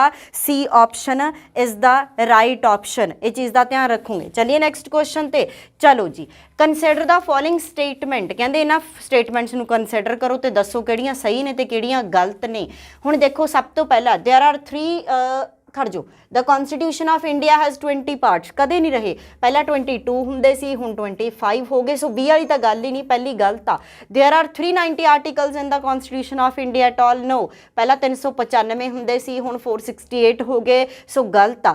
9th 10th 11th and 12th ਜਿਹੜੇ ਸਕੇਜੂਲਸ ਹੈਗੇ ਨੇ were added to the constitution of India by the constitution amendment acts. ਬਿਲਕੁਲ ਸਹੀ ਆ। ਸਾਡੇ ਓਰੀਜਨਲ ਕੌਨਸਟੀਟਿਊਸ਼ਨ ਦੇ ਵਿੱਚ ਟੋਟਲ ਨੰਬਰ ਆਫ ਕਹਿ ਲਓ ਸਕੇਜੂਲਸ ਕਿੰਨੇ ਹੁੰਦੇ ਸੀ? 8 ਤੇ 4 ਅਸੀਂ ਬਾਅਦ 'ਚ ਜੋੜੇ ਨੇ। 9ਵਾਂ 10ਵਾਂ 11ਵਾਂ 12ਵਾਂ ਕੋਈ ਨਾ ਕੋਈ ਅਮੈਂਡਮੈਂਟ ਹੋਏਗਾ। ਸੋ ਜੇ ਉਹਦਾ ਆਪਾਂ ਇਹਨਾਂ ਨੂੰ ਚੂਜ਼ ਕਰਨਾ ਆ ਤਾਂ ਗਲਤ ਆ। ਆ ਹੈ ਸਿਰਫ ਕਿਹੜੀ ਸਟੇਟਮੈਂਟ ਸਹੀ ਆ? 3rd ਵਾਲੀ। ਸੋ ਸੀ ਆਪਸ਼ਨ ਕਿ 3rd ਓਨਲੀ ਹੈ ਜਿਹੜੀ ਉਹ ਸਹੀ ਆਪਸ਼ਨ ਹੈਗੀ। ਨੈਕਸਟ ਕੁਐਸਚਨ ਹੈ, which of the following are enshrined in the 3rd schedule of the Indian Constitution। ਕਹਿੰਦੇ ਜਿਹੜਾ ਤੀਜਾ ਸਕੇਜੂਲ ਆ, ਜਿਹੜਾ ਤੀਜਾ ਸਕੇਜੂਲ ਆ, ਜਿਹੜੀ ਤੀਜੀ ਅਨੁਸੂਚੀ ਆ, ਉਹਦੇ ਵਿੱਚ ਕਿਹੜੀ ਚੀਜ਼ ਨਹੀਂ ਹੈਗੀ? ਐਨਸ਼ਟਾਈਨ ਦਾ ਮਤਲਬ ਹੁੰਦਾ ਕਿਹੜੀ ਚੀਜ਼ ਨਹੀਂ ਹੈਗੀ, ਉਹਦੇ ਤੋਂ ਬਿਨਾਂ। ਸਭ ਤੋਂ ਪਹਿਲੀ ਗੱਲ ਤਾਂ ਤੀਜਾ ਹੈ ਕਿਹਦੇ ਬਾਰੇ? ਸਾਡੇ ਦੇਸ਼ ਦੇ ਵਿੱਚ ਵੱਖੋ ਵੱਖਰੇ ਉੱਚੇ ਅਹੁਦੇ ਜਦੋਂ ਆਪਣੀ ਸਹੁੰ ਚੁੱਕਦੇ ਨੇ, ਉਹਦੀ ਐਕਸਪਲੇਨੇਸ਼ਨ ਅਸੀਂ ਕਿਹੜੇ ਸਕੇਜੂਲ ਦੇ ਵਿੱਚ ਰੱਖੀ ਹੋਈ ਹੈ? 3rd ਸਕੇਜੂਲ ਦੇ ਵਿੱਚ। ਪਰ 3 ਬੰਦਿਆਂ ਦੀ ਓਥ ਉੱਥੇ ਆਪਾਂ ਨਹੀਂ ਰੱਖੀ ਹੋਈ। ਉਹ 3 ਬੰਦੇ ਕਿਹੜੇ ਕਿਹੜੇ ਨੇ? ਇੱਕ ਹੋ ਗਿਆ ਸਾਡਾ ਪ੍ਰੈਜ਼ੀਡੈਂਟ, ਇੱਕ ਹੋ ਗਿਆ ਵਾਈਸ ਪ੍ਰੈਜ਼ੀਡੈਂਟ ਤੇ ਇੱਕ ਹੋ ਗਿਆ governor. This is very very important. ਜਦੋਂ ਮੈਂ ਤੁਹਾਨੂੰ ਸਕੇਜੂਲ ਦਾ ਟੌਪਿਕ ਕਰਾਇਆ ਨਾ, ਮੈਂ ਉੱਥੇ ਮੈਂਸ਼ਨ ਕੀਤਾ ਕਿ 3rd schedule do not contain president, vice president and governor. Doesn't contain, ਇਹ ਨਹੀਂ ਕਰਦਾ ਕੰਟੇਨ। ਹੁਣ ਆਪਾਂ ਪੜ੍ਹ ਲੈਂਦੇ ਹਾਂ। Form of oath of office for ministers of the union ਬਿਲਕੁਲ ਹੈਗਾ। Oath to be made by the chief justice of supreme court ਬਿਲਕੁਲ ਹੈਗਾ। Form of oath of the office of the president of India ਬਿਲਕੁਲ ਨਹੀਂ ਹੈਗਾ, ਕਿਉਂਕਿ ਇਹਦਾ special article ਹੈ, ਦੈਟ ਇਜ਼ ਆਰਟੀਕਲ 60। ਪ੍ਰੈਜ਼ੀਡੈਂਟ ਜਿਹੜਾ ਆਪਣੀ ਓਥ ਲੈਂਦਾ ਅੰਡਰ ਆਰਟੀਕਲ 60 ਲੈਂਦਾ। 4th option form of oath to be made by the members of parliament ਬਿਲਕੁਲ ਸਹੀ ਹੈਗਾ। ਸੋ ਪਹਿਲਾ, ਦੂਜਾ ਤੇ ਚੌਥਾ ਸਹੀ ਨੇ। ਪਹਿਲਾ, ਦੂਜਾ ਤੇ ਚੌਥਾ। ਸੋ 3rd ਆਪਸ਼ਨ ਸਾਡੀ ਰਾਈਟ ਆਪਸ਼ਨ ਬਣ ਜੂਗੀ। ਨੈਕਸਟ ਕੁਐਸਚਨ ਹੈ, ਮੈਚ ਲਿਸਟ ਮੈਚ ਕਰਨੀ ਹੈ। ਚਲੋ ਸ਼ੁਰੂ ਕਰ ਦਿਆਂਗੇ। ਜੇ ਆਪਾਂ ਗੱਲ ਕਰੀਏ ਸਕੈਜੂਲਸ ਦੀ ਸਕੈਜੂਲ ਰਿਵਾਈਜ਼ ਕਰਾਤੇ ਮੈਂ ਸਾਰੇ ਤੁਹਾਨੂੰ ਇਸ ਲੈਕਚਰ ਦੇ ਵਿੱਚ। ਸੋ ਬੇਸਿਕਲੀ ਇੰਪੋਰਟੈਂਟ ਰਹਿੰਦੇ ਨੇ 4th 6th 8th ਤੇ 9th। ਪਹਿਲੀ ਗੱਲ ਤਾਂ 4th ਸਕੈਜੂਲ ਕੀ ਕੰਟੇਨ ਕਰਦਾ ਹੈਗਾ, 4th ਸਕੈਜੂਲ ਦੇ ਵਿੱਚ ਕੀ ਹੁੰਦਾ ਹੈਗਾ। 4th ਸਕੈਜੂਲ ਹੈਗਾ ਜਿਹੜਾ ਉਹ ਅਬਾਊਟ ਰਾਜ ਸਭਾ ਦੀਆਂ ਸੀਟਾਂ ਬਾਰੇ ਹੈ। ਇਹ ਤੁਸੀਂ ਪੜ੍ਹ ਸਕਦੇ ਹੋ ਲੈਕਚਰ 'ਚ ਡਿਟੇਲ 'ਚ ਦਿੱਤਾ ਹੋਇਆ ਕਿਵੇਂ ਕੁਛ ਕਿੱਥੋਂ ਕੀ ਹੈ। ਜੇ ਆਪਾਂ ਗੱਲ ਕਰੀਏ ਸਾਡੇ ਦੇਸ਼ ਦੇ ਵਿੱਚ ਜਿਹੜੀ ਰਾਜ ਸਭਾ ਹੈ ਉਹਨੂੰ ਡਿਫਰੈਂਟ ਸਟੇਟਸ ਦੇ ਵਿੱਚੋਂ ਕਿੰਨੀਆਂ ਨੰਬਰ ਆਫ ਸੀਟਸ ਅਸਾਈਨ ਹੋਣਗੀਆਂ ਇਹਦੀ ਡਿਟੇਲ ਸਾਨੂੰ ਸਕੈਜੂਲ ਤੇ ਰਾਜ ਸਭਾ ਨੂੰ ਅਸੀਂ ਕੀ ਬੋਲਦੇ ਹਾਂ, council of states. Rajya Sabha ਨੂੰ ਅਸੀਂ ਕੀ ਬੋਲਦੇ ਹਾਂ, council of states. So basically ਚੌਥਾ ਰਿਲੇਟਡ ਟੂ ਤੀਜਾ, next sorry a related to third. So 6th schedule ਦੇ ਵਿੱਚ ਕੀ ਆ, 6th ਸਕੈਜੂਲ ਦੇ ਵਿੱਚ ਹੈਗਾ ਕਿ ਜਿਹੜਾ ਸਾਡਾ ਟਰਾਈਬਲ ਏਰੀਆ ਨੇ, ਜਿਹੜੇ ਸਾਡੇ ਟਰਾਈਬਸ ਨੇ, ਜਿਹੜੀਆਂ ਸਾਡੀਆਂ ਇਹੋ ਜਿਹੇ ਤੁਸੀਂ ਦੇਖਿਆ ਹੋਣਾ ਨਾ ਕਿ ਸਾਡੇ ਟਰਾਈਬਸ ਜਿਹੜੇ ਹੈਗੇ ਨੇ, ਕਬੀਲੇ ਜਿਹੜੇ ਲੋਕ ਨੇ ਜਿਹਨਾਂ ਨੂੰ ਅਨੁਸੂਚਿਤ ਜਨਜਾਤੀਆਂ ਵਾਲੇ ਲੋਕ ਕਹਿ ਦਿੰਦੇ ਹੋ, ST ਕਹਿ ਦਿੰਦੇ ਹੋ, ਉਹਨਾਂ ਦਾ ਐਡਮਿਨਿਸਟ੍ਰੇਟਿਵ ਸਿਸਟਮ ਕੁਛ ਡਿਫਰੈਂਟ ਤਰੀਕੇ ਨਾਲ ਚਲਾਇਆ ਜਾਂਦਾ ਹੈ। ਔਰ ਉਹ ਐਡਮਿਨਿਸਟ੍ਰੇਟਿਵ ਸਿਸਟਮ ਦੀ ਐਕਸਪਲੇਨੇਸ਼ਨ ਸਾਨੂੰ ਕਿਹੜੇ ਸਕੈਜੂਲ ਦੇ ਵਿੱਚ ਮਿਲਦੀ ਹੈ ਵੀਰੇ, 6ਵੇਂ ਸਕੈਜੂਲ ਦੇ ਵਿੱਚ ਮਿਲਦੀ ਹੈ। ਸੋ ਬੀ ਆਪਸ਼ਨ ਚੌਥੇ ਨਾਲ ਰਿਲੇਟਡ ਹੋ ਜਾਊਗਾ। 8th schedule is very important and about language. ਥੋੜਾ ਜਿਹਾ ਫਿਰ ਮੈਂ ਲੈਂਗੁਏਜ ਬਾਰੇ ਦੱਸ ਦਿੰਨੀ ਆ। ਜੇ ਆਪਾਂ ਗੱਲ ਕਰੀਏ ਸਾਡੇ 8ਵੀਂ ਅਨੁਸੂਚੀ ਦੇ ਵਿੱਚ ਭਾਰਤੀ ਸੰਵਿਧਾਨ ਵੱਲੋਂ ਮਾਨਤਾ ਪ੍ਰਾਪਤ 22 ਭਾਸ਼ਾਵਾਂ ਦਾ ਵਰਣਨ ਹੈ। ਇਹ ਚੀਜ਼ ਯਾਦ ਰੱਖਣੀ ਹੈ। 22 ਦੇ ਵਿੱਚੋਂ 14 ਲੈਂਗੁਏਜਸ ਓਰੀਜਨਲ ਕਨਸਟੀਟਿਊਸ਼ਨ ਦੇ ਵਿੱਚ ਸੀਗੀਆਂ, ਜਿਹੜੀਆਂ 8 ਨੇ ਇਹ ਬਾਅਦ ਚੋਂ ਜੋੜੀਆਂ ਗਈਆਂ ਨੇ। ਪ੍ਰੈਜ਼ੈਂਟ ਟੋਟਲ 22 ਨੇ। And the most important point ਕਿ 22 ਲੈਂਗੁਏਜਸ ਦੇ ਵਿੱਚ ਇੰਗਲਿਸ਼ ਹੈਗੀ ਹੈ ਜਿਹੜੀ ਉਹ ਇਨਕਲੂਡਡ ਨਹੀਂ ਹੈਗੀ। English language is not a part of 8th schedule. This is important. ਬਾਕੀ ਮੈਂ ਸਾਰੀਆਂ ਚੀਜ਼ਾਂ ਤੁਹਾਨੂੰ ਸਕੈਜੂਲ ਵਾਲੇ ਲੈਕਚਰ ਦੇ ਵਿੱਚ ਕਰਾਈਆਂ ਨੇ। ਸੋ 8ਵੇਂ ਵਾਲਾ ਕਿਹਦੇ ਨਾਲ ਰਲ ਗਿਆ, ਲੈਂਗੁਏਜ ਤੇ। 9ਵਾਂ ਰਹਿ ਗਿਆ ਸਾਡੇ ਕੋਲੇ ਲੈਂਡ ਰਿਫਾਰਮ। 9ਵਾਂ ਸਕੈਜੂਲ ਕਿਹਦੇ ਬਾਰੇ ਹੈ, land reform. And the 9th schedule is added by first constitutional amendment 1951। ਇਹ ਯਾਦ ਰੱਖੋਗੇ ਕਿਉਂਕਿ ਸਾਨੂੰ ਪਤਾ ਹੈ 9ਵਾਂ 10ਵਾਂ 11ਵਾਂ 12ਵਾਂ ਕਿਸੇ ਅਮੈਂਡਮੈਂਟ ਦੇ ਥਰੂ ਐਡ ਹੋਏ ਨੇ। ਮੈਚ ਕਰਦੇ ਹਾਂ। ਏ ਦਾ ਕਿਹੜਾ ਬਣ ਗਿਆ ਸੀ, ਤੀਜਾ। ਏ ਦਾ ਇੱਕੋ ਆ ਬਸ ਆਹੀ ਹੋਣਾ। ਏ ਦਾ ਕਿਹੜਾ ਬਣ ਗਿਆ, ਤੀਜਾ। ਬੀ ਦਾ ਚੌਥਾ, ਸੀ ਦਾ ਦੂਜਾ, ਡੀ ਦਾ ਪਹਿਲਾ। So C option is the right option. Next ਕਹਿੰਦੇ ਮੈਚ ਫਿਰ ਕਰਨਾ ਹੈ। ਫਿਰ ਸਕੈਜੂਲ ਆ ਗਏ। ਚਲੋ ਸਾਰੇ ਰਿਵਾਈਜ਼ ਹੋ ਜਾਣਗੇ ਇਤਨੇ ਨਾਲ ਆਪਣੇ। ਜਿਹੜਾ 7th ਸਕੈਜੂਲ ਆ ਉਹ ਕਿਹਦੇ ਬਾਰੇ ਹੈਗਾ, 7ਵੀਂ ਅਨੁਸੂਚੀ ਕਿਹਦੇ ਬਾਰੇ ਹੈ, ਵੈਰੀ ਵੈਰੀ ਇੰਪੋਰਟੈਂਟ। ਸਭ ਤੋਂ ਪਹਿਲਾਂ ਤਾਂ ਆ ਜਾਓ ਜੀ ਡਿਸਟਰੀਬਿਊਸ਼ਨ ਆਫ ਲੈਜਿਸਲੇਟਿਵ ਪਾਵਰ। ਹੁਣੇ ਆਪਾਂ ਪਿੱਛੇ ਜੇ ਡਿਸਕਸ ਕਰਕੇ ਹਟੇ ਜਦੋਂ ਕਨਕਰੈਂਟ ਲਿਸਟ ਬਾਰੇ ਡਿਸਕਸ ਕੀਤਾ ਸੀ। 7th schedule contain 3 lists. ਕਿੰਨੀਆਂ ਕੰਟੇਨ ਕਰਦਾ, 3 ਲਿਸਟਸ ਜਿਨ੍ਹਾਂ ਦੇ ਉੱਪਰ ਲੈਜਿਸਲੇਟਿਵ ਪਾਵਰ ਮਤਲਬ ਜਿਨ੍ਹਾਂ ਦੇ ਉੱਪਰ ਕਾਨੂੰਨ ਬਣਾਉਣ ਦਾ ਅਧਿਕਾਰ ਹੈ। ਦੇਖੋ ਇਹਨਾਂ ਨੇ ਨਾ ਸਿੱਧਾ ਨਹੀਂ ਲਿਖਿਆ ਹੋਇਆ, ਥੋੜਾ ਜਿਹਾ ਆਪਸ਼ਨ ਇਸ ਤਰੀਕੇ ਦੇ ਮੈਂ ਮੋਲਡ ਕੀਤੇ ਹੋਏ ਨੇਗੇ ਕਿ ਜਿਹੜੇ ਸਿੱਧੇ ਆਪਸ਼ਨਸ ਨੇ ਨਾ ਈਜ਼ੀ ਵਾਲੇ ਉਹ ਕਈ ਵਾਰੀ PPSC ਨਹੀਂ ਪਾਉਂਦਾ। ਸੋ ਤੁਸੀਂ ਕਨਫਿਊਜ਼ ਹੁੰਦੇ ਹੋ, ਕਨਫਿਊਜ਼ ਨਹੀਂ ਹੋਣਾ ਵੀਰ। ਤੇ ਇਹ ਡਿਸਟਰੀਬਿਊਸ਼ਨ ਆਫ ਲੈਜਿਸਲੇਟਿਵ ਪਾਵਰ ਦਾ ਮਤਲਬ ਹੀ ਇਹ ਹੁੰਦਾ ਜਿਨ੍ਹਾਂ ਪਰ ਕਾਨੂੰਨ, ਲੈਜਿਸਲੇਟਿਵ ਪਾਵਰ ਦਾ ਮਤਲਬ ਕੀ ਹੈ, ਕਾਨੂੰਨ ਬਣਾਉਣ ਦਾ ਅਧਿਕਾਰ ਹੈ। ਕਿੰਨੀਆਂ ਲਿਸਟਾਂ ਨੇ, 3। ਅਗੇਨ ਕਿਹੜੀਆਂ ਕਿਹੜੀਆਂ, ਯੂਨੀਅਨ ਆ ਗਈ, ਕਿਹੜੀ ਆ ਗਈ, ਸਟੇਟ, ਤੇ ਅਗਲੀ ਕਿਹੜੀ ਆ ਗਈ, ਕਨਕਰੰਟ ਤੇ ਸਬਜੈਕਟ ਬਹੁਤ ਇੰਪੋਰਟੈਂਟ ਨੇ। ਜਿਹੜੀ ਯੂਨੀਅਨ ਲਿਸਟ ਆ ਉਹਦੇ 'ਚ ਪਹਿਲਾਂ 97 ਹੁੰਦੇ ਸੀ, ਹੁਣ 100 ਹੋ ਗਏ। ਸਟੇਟ ਦੇ ਵਿੱਚ ਪਹਿਲਾਂ ਹੁੰਦੇ ਸੀ 66 ਤੇ ਹੁਣ ਰਹਿ ਗਏ 61। ਕਨਕਰੰਟ 'ਚ ਪਹਿਲਾਂ ਹੁੰਦੇ ਸੀ 47 ਤੇ ਹੁਣ ਕਿੰਨੇ ਹੋ ਗਏ 52। ਸੋ ਦਿਸ ਇਜ਼ ਇੰਪੋਰਟੈਂਟ। ਤੇ 7ਵਾਂ ਸਕੈਜੂਲ ਇਹਨਾਂ ਬਾਰੇ ਹੈ। 8ਵਾਂ ਸਕੈਜੂਲ ਰਿਪੀਟ ਆ, ਲੈਂਗੁਏਜਸ ਬਾਰੇ ਹੈ। 9ਵਾਂ ਸਕੈਜੂਲ ਕਿਹਦੇ ਬਾਰੇ ਹੈਗਾ, ਆਹ ਆ ਗਿਆ ਜੀ ਤੁਹਾਡਾ ਜਿਹੜਾ ਆਪਾਂ ਹੁਣੇ ਪੜ੍ਹ ਕੇ ਹਟੀਆਂ, land reform, validation of certain acts or it is called land reform. ਯਾਦ ਰੱਖਣਾ ਹੈਗਾ। 10th schedule is about disqualification on the ground of defection, ਕਿ ਇਸ ਤਰੀਕੇ ਦੇ ਨਾਲ ਅਸੀਂ ਰਾਜ ਸਭਾ ਦੇ ਮੈਂਬਰਾਂ ਤੋਂ ਉਹਨਾਂ ਦੀ ਮੈਂਬਰਸ਼ਿਪ ਖੋਹ ਸਕਦੇ ਹਾਂ। ਇਹ ਹੁੰਦਾ ਇਹ। ਸੋ ਮੈਚ ਕਰਨਾ ਸ਼ੁਰੂ ਕਰੋ। ਏ ਦਾ ਤੀਜਾ, ਏ ਦਾ ਤੀਜਾ 2 ਥਾਂ। ਚਲੋ ਬੀ ਦਾ ਪਹਿਲਾ ਆ ਗਿਆ ਤੇ ਸੀ ਦਾ ਦੂਜਾ ਤੇ ਡੀ ਦਾ ਚੌਥਾ। So A option is the right option. Next question ਹੈ ਮੈਚ ਦਾ ਫੋਲੋਇੰਗ। ਚਲੋ ਉਹੀ ਸੇਮ ਜਿਹੜੀ ਚੀਜ਼ ਹੈਗੀ ਰਿਪੀਟ ਆ ਗਈ। ਜਲਦੀ ਮੈਚ ਅਪ ਕਰਦੇ ਹਾਂ। Union list contains 97 subjects but present it contains 100। State list contain 66 but present it contain 61 and concurrent is 47 but present 52। Easy, ਠੀਕ ਹੈ। ਸੋ ਇੱਕ ਚੀਜ਼ ਹੈਗੀ ਆ ਜਿਹੜੀ ਇੰਪੋਰਟੈਂਟ ਹੈ। ਵੈਸੇ ਤਾਂ ਮੈਂ ਐਜ਼ ਅ ਕੁਐਸਚਨ ਤੁਹਾਨੂੰ ਕਾਫੀ ਕੁਐਸਚਨ ਇਹੋ ਜਿਹੇ ਪੁੱਟ ਕਰ ਦੂੰਗੀ ਕਿ ਕਿਹੜਾ ਸਬਜੈਕਟ ਕਿਹੜੀ ਲਿਸਟ ਦਾ ਹੈਗਾ, ਪਰ ਇੱਥੇ ਵੀ ਧਿਆਨ ਰੱਖਣਾ ਹੈਗਾ। ਮੋਸਟ ਇੰਪੋਰਟੈਂਟ ਕੁਐਸਚਨ ਪੁੱਛਦੇ ਹੁੰਦੇ ਨੇ ਕਿ ਕਨਕਰੰਟ ਲਿਸਟ ਜਿਹੜੀ ਹੈਗੀ ਆ ਉਹਦੇ ਵਿੱਚ ਕੀ ਹੈ, ਐਜੂਕੇਸ਼ਨ ਹੈ। ਕਨਕਰੈਂਟ ਲਿਸਟ ਦੇ ਵਿੱਚ ਕੀ ਹੈਗਾ ਐਜੂਕੇਸ਼ਨ। ਪਹਿਲਾਂ ਇਹ ਸਟੇਟ ਲਿਸਟ ਦੇ ਵਿੱਚ ਹੁੰਦਾ ਸੀ ਪਰ ਇਹਨੂੰ ਕੱਢ ਕੇ ਹੁਣ ਕਨਕਰੈਂਟ ਲਿਸਟ ਦੇ ਵਿੱਚ ਲੈ ਆਏ। ਚਲੋ ਜੀ ਆਪਸ਼ਨ ਮੈਚ ਕਰਦੇ ਹਾਂ। ਪਹਿਲੇ ਦਾ A ਹੋ ਗਿਆ 3 ਥਾਂ, ਦੂਜੇ ਦਾ C, ਆ ਲਓ ਜੀ, ਤੀਜੇ ਦਾ B। So B option is the right option. Next question ਹੈ, ਫਿਰ ਆ ਗਿਆ ਆ ਦੇਖੋ ਹੁਣ ਸਬਜੈਕਟ ਆਉਣਗੇ ਕਿ ਕਿਹੜਾ ਸਬਜੈਕਟ ਕਿਹੜੀ ਲਿਸਟ ਦਾ। ਹੁਣ ਆਪਾਂ ਇਹਨਾਂ 'ਚੋਂ ਲੱਭਦੇ ਹਾਂ ਯੂਨੀਅਨ ਲਿਸਟ, ਸੈਂਸਸ। ਜਿਹੜੀਆਂ ਸਾਡੇ ਸੈਂਸਸ ਹੁੰਦੀਆਂ, ਸਾਨੂੰ ਪਤਾ ਹੈ ਸਾਡੇ ਦੇਸ਼ ਦੇ ਵਿੱਚ ਹਰ 10 ਸਾਲਾਂ ਬਾਅਦ ਸੈਂਸਸ ਹੁੰਦੀਆਂ। ਪਹਿਲੀਆਂ ਆਫੀਸ਼ੀਅਲ ਸੈਂਸਸ ਹੋਈਆਂ ਸੀ 1881 ਜਦੋਂ ਕਿ ਸਾਡੇ ਬੰਦਾ ਸੀ ਲਾਰਡ ਮੇਓ। ਬਹੁਤ ਇੰਪੋਰਟੈਂਟ ਬਣਦਾ ਇਹੋ ਜਿਹੇ ਪੁਆਇੰਟਸ ਤੁਹਾਨੂੰ ਬਾਰੀਕੀਆਂ ਕਲੀਅਰ ਹੋਣੀਆਂ ਚਾਹੀਦੀਆਂ ਕਿਉਂਕਿ ਜੋ 3-3 4-4 ਪੁਆਇੰਟ 'ਚੋਂ ਚੂਜ਼ ਕਰਨਾ ਪਊਗਾ, ਇੱਕ ਚੀਜ਼ ਦੇ ਨਾਲ ਗੱਲ ਨਹੀਂ ਬਣਦੀ, ਫਿਰ ਬਾਰੀਕੀਆਂ ਨਾਲ ਗੱਲ ਬਣੂਗੀ। ਸੋ ਸੈਂਸਸ ਹੁਣ ਜਿਵੇਂ ਸਾਡੇ 2021 ਦੇ ਵਿੱਚ ਸੈਂਸਸ ਹੋਣਗੀਆਂ, ਫਿਰ ਸਾਨੂੰ ਪਤਾ ਲੱਗੂਗਾ 10 ਸਾਲਾਂ ਬਾਅਦ 1881 'ਚ ਪਹਿਲੀਆਂ ਆਫੀਸ਼ੀਅਲ ਸੈਂਸਸ ਆਫ ਇੰਡੀਆ ਹੋਈਆਂ ਤੇ ਲਾਰਡ ਮੇਓ ਹੋਏਗਾ ਸੀ, ਉਦੋਂ ਬ੍ਰਿਟਿਸ਼ਨਸ ਹੁੰਦੇ ਸੀ। ਅਗਲਾ ਹੈਗਾ ਸਟੇਟ ਲਿਸਟ। ਸਟੇਟ ਲਿਸਟ ਦੇ ਵਿੱਚ ਪੁਲਿਸ ਐਂਡ ਪਬਲਿਕ ਆਰਡਰ, ਜਿਹੜਾ ਆਪਾਂ ਨੂੰ ਪਤਾ ਹੈ ਕਿ ਆਪਣੇ ਪੁਲਿਸ ਦਾ ਸਿਸਟਮ ਹੈ ਸਾਰਾ ਸਟੇਟ ਲਿਸਟ ਦੇ ਅੰਡਰ ਆਉਂਦਾ ਹੈਗਾ, ਕੀ ਕਰਨਾ ਕਿਵੇਂ ਨਹੀਂ ਕਰਨਾ ਉਹ ਸਾਰਾ ਕੁਝ। ਅਗਲਾ ਆ ਗਿਆ ਕਨਕਰੈਂਟ ਲਿਸਟ ਦੇ ਵਿੱਚ ਆਉਂਦਾ population control and family planning, ਤੇ ਰੈਜ਼ੀਡਿਊਰੀ ਸਬਜੈਕਟ ਦੇ ਵਿੱਚ ਆਉਂਦਾ ਸਪੇਸ ਰਿਸਰਚ। ਹੁਣ ਇੱਕ ਨਵੀਂ ਚੀਜ਼ ਆ ਗਈ, ਰੈਜ਼ੀਡਿਊਰੀ ਸਬਜੈਕਟ ਕੀ ਹੁੰਦਾ। ਦੇਖੋ ਸਾਡਾ 7th ਸਕੈਜੂਲ ਹੈ, contains 3 lists, union, state, concurrent. ਕਈ ਸਬਜੈਕਟਸ ਇਹੋ ਜਿਹੇ ਹੁੰਦੇ ਨੇ ਜਿਹੜੇ ਨਾ ਤਾਂ ਯੂਨੀਅਨ 'ਚ ਹੁੰਦੇ ਨੇ, ਨਾ ਸਟੇਟ 'ਚ ਹੁੰਦੇ ਨੇ, ਨਾ ਕਨਕਰੈਂਟ 'ਚ ਹੁੰਦੇ ਨੇ, ਤਾਂ ਫਿਰ ਉਹ ਕਿਹੜੇ ਸਬਜੈਕਟ ਹੁੰਦੇ ਨੇ, ਰੈਜ਼ੀਡਿਊਰੀ ਸਬਜੈਕਟਸ ਜਾਂ ਰੈਜ਼ੀਡਿਊਰੀ ਵਿਸ਼ੇ ਹੁੰਦੇ ਨੇ। ਹੁਣ ਇੱਕ ਚੀਜ਼, ਇੱਕ ਕੁਐਸਚਨ ਹੋਰ ਵੀ ਪੁੱਛਿਆ ਜਾਂਦਾ ਕਿ ਹੁਣ ਸਾਨੂੰ ਇੱਕ ਚੀਜ਼ ਕਲੀਅਰ ਹੈ, ਯੂਨੀਅਨ ਲਿਸਟ ਦੇ ਉੱਪਰ ਕਿਹੜੀ ਸਰਕਾਰ ਕਾਨੂੰਨ ਬਣਾਉਂਦੀ ਹੈ, ਸੈਂਟਰ। ਸਟੇਟ ਲਿਸਟ ਦੇ ਉੱਪਰ ਕਿਹੜੀ ਬਣਾਉਂਦੀ ਹੈ, ਸਟੇਟ। ਤੇ ਇਹਦੇ ਉੱਪਰ ਕੌਣ ਬਣਾਉਂਦਾ, ਸਟੇਟ ਤੇ ਸੈਂਟਰ ਦੋਨੋਂ ਮਿਲ ਕੇ ਬਣਾ ਲੈਂਦੇ ਨੇ। ਰੈਜ਼ੀਡਿਊਰੀ ਸਬਜੈਕਟ ਦੇ ਉੱਪਰ ਕਾਨੂੰਨ ਬਣਾਉਣ ਦਾ ਅਧਿਕਾਰ ਸਾਡੇ ਦੇਸ਼ ਦੀ ਕਿਹਦੇ ਕੋਲੇ ਹੁੰਦਾ, ਪਾਰਲੀਮੈਂਟ ਕੋਲੇ ਹੁੰਦਾ। ਇਹ ਬਹੁਤ ਇੰਪੋਰਟੈਂਟ ਹੈ। ਹੁਣ ਆਪਾਂ ਇਹਦੇ ਆਨਸਰ ਮੈਚ ਕਰ ਲੈਂਦੇ ਹਾਂ। ਏ ਦਾ ਕਿਹੜਾ ਬਣਦਾ, ਤੀਜਾ, ਆਹੀ ਬਣ ਜੂਗਾ ਮੈਨੂੰ ਲੱਗਦਾ। ਬੀ ਦਾ ਕਿਹੜਾ ਬਣਦਾ, ਪਹਿਲਾ, ਚੌਥਾ, ਦੂਜਾ। So A option is the right option. Next ਚੱਲਦੇ ਹਾਂ। ਕਹਿੰਦੇ ਮੈਚ ਲਿਸਟ 1 ਲਿਸਟ 2 ਬਸ ਮੈਚ ਹੀ ਕਰਨਾ ਹੈ। ਆਰਟੀਕਲਸ ਨੇ 124, ਅੱਖਾਂ ਬੰਦ ਕਰਕੇ ਯੂਨੀਅਨ ਜੁਡੀਸ਼ਰੀ, ਸਾਡੇ ਦੇਸ਼ ਦੇ ਸੰਵਿਧਾਨ ਦਾ ਆਰਟੀਕਲ 124 ਕਹਿੰਦਾ there shall be a supreme court in India. ਔਰ ਸੁਪਰੀਮ ਕੋਰਟ ਦੇ ਨਾਲ ਸੰਬੰਧਿਤ 2-3 ਗੱਲਾਂ ਦੱਸਦਾ ਜਿਹੜੀਆਂ ਐਜ਼ ਅ ਕੁਐਸਚਨ ਆਉਂਦੀਆਂ ਨੇ। ਪਹਿਲੀ ਸੁਪਰੀਮ ਕੋਰਟ ਸਾਡੇ ਅੰਡਰ ਰੈਗੂਲੇਟਿੰਗ ਐਕਟ 1773 ਦੇ ਅੰਡਰ ਇਸਟੈਬਲਿਸ਼ ਹੋਈ ਹੈ ਔਰ ਪਹਿਲੀ ਸੁਪਰੀਮ ਕੋਰਟ ਇੰਡੀਆ ਦੀ ਲੱਗੀ ਆ ਕਲਕੱਤਾ ਵਿਖੇ, ਕੈਪੀਟਲ ਸਿਟੀ ਹੁੰਦੀ ਸੀ ਆਲਮੋਸਟ। ਉਸ ਤੋਂ ਬਾਅਦ ਅਸੀਂ 1911-12 ਦੇ ਵਿੱਚ ਕੈਪੀਟਲ ਸ਼ਿਫਟ ਕੀਤੀ ਤੇ ਅਸੀਂ ਕੋਲਕਾਤਾ ਟੂ ਆਪਣੀ ਜਿਹੜੀ ਸੁਪਰੀਮ ਕੋਰਟ ਆ ਹੁਣ ਨਵੀਂ ਦਿੱਲੀ ਦੇ ਵਿੱਚ ਲੈ ਆਏ ਹਾਂ। ਸੋ ਬੇਸਿਕਲੀ ਸੁਪਰੀਮ ਕੋਰਟ ਦਾ ਜਿਹੜਾ ਜ਼ਿਕਰ ਹੈ ਉਹ ਸਾਨੂੰ ਆਰਟੀਕਲ 124 ਦੇ ਵਿੱਚ ਆਉਂਦਾ ਹੈਗਾ।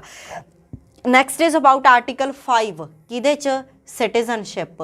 352 emergency, 245 distribution of legislative powers. ਮੁੱਕ ਗਏ ਕੰਮ। ਹੁਣ ਧਿਆਨ ਨਾਲ ਸੁਣੋ, ਜਿਹੜਾ ਸਿਟੀਜ਼ਨਸ਼ਿਪ ਦਾ ਕਨਸੈਪਟ ਹੈ ਸਾਡੇ ਦੇਸ਼ ਦੇ ਵਿੱਚ ਸਿੰਗਲ ਸਿਟੀਜ਼ਨਸ਼ਿਪ ਹੈ ਜਿਹੜੀ ਕਿ ਕਿਹੜੇ ਦੇਸ਼ ਤੋਂ ਕਾਪੀ ਕੀਤੀ ਗਈ ਹੈ, ਇੰਗਲੈਂਡ ਤੋਂ। ਸਿਟੀਜ਼ਨਸ਼ਿਪ ਕਿਹੜੇ ਪਾਰਟ 'ਚ ਆਉਂਦੀ ਹੈ, ਦੂਜੇ 'ਚ।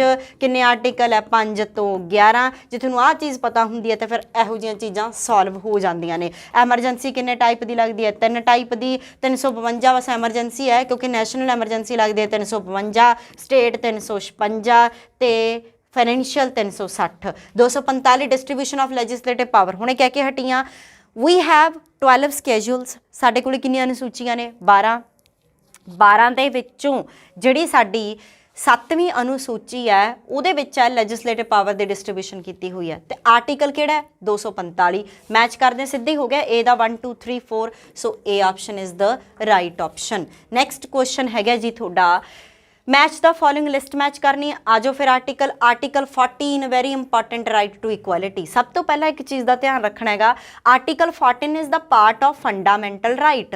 ਆਰਟੀਕਲ 14 ਸਾਡੇ ਦੇਸ਼ ਦੇ ਮੌਲਿਕ ਅਧਿਕਾਰਾਂ ਦਾ ਪਾਰਟ ਹੈ ਕਿਉਂਕਿ ਪਾਰਟ 3 ਦੇ ਵਿੱਚ ਸਾਡੇ ਫੰਡਾਮੈਂਟਲ ਰਾਈਟਸ ਆਉਂਦੇ ਨੇ। ਤੇ ਆਰਟੀਕਲ ਕਿੰਨੇ ਕਵਰ ਹੁੰਦੇ ਨੇ, 12 ਤੋਂ ਲੈ ਕੇ 35 ਤੱਕ ਆਰਟੀਕਲ ਕਵਰ ਹੁੰਦੇ ਨੇ।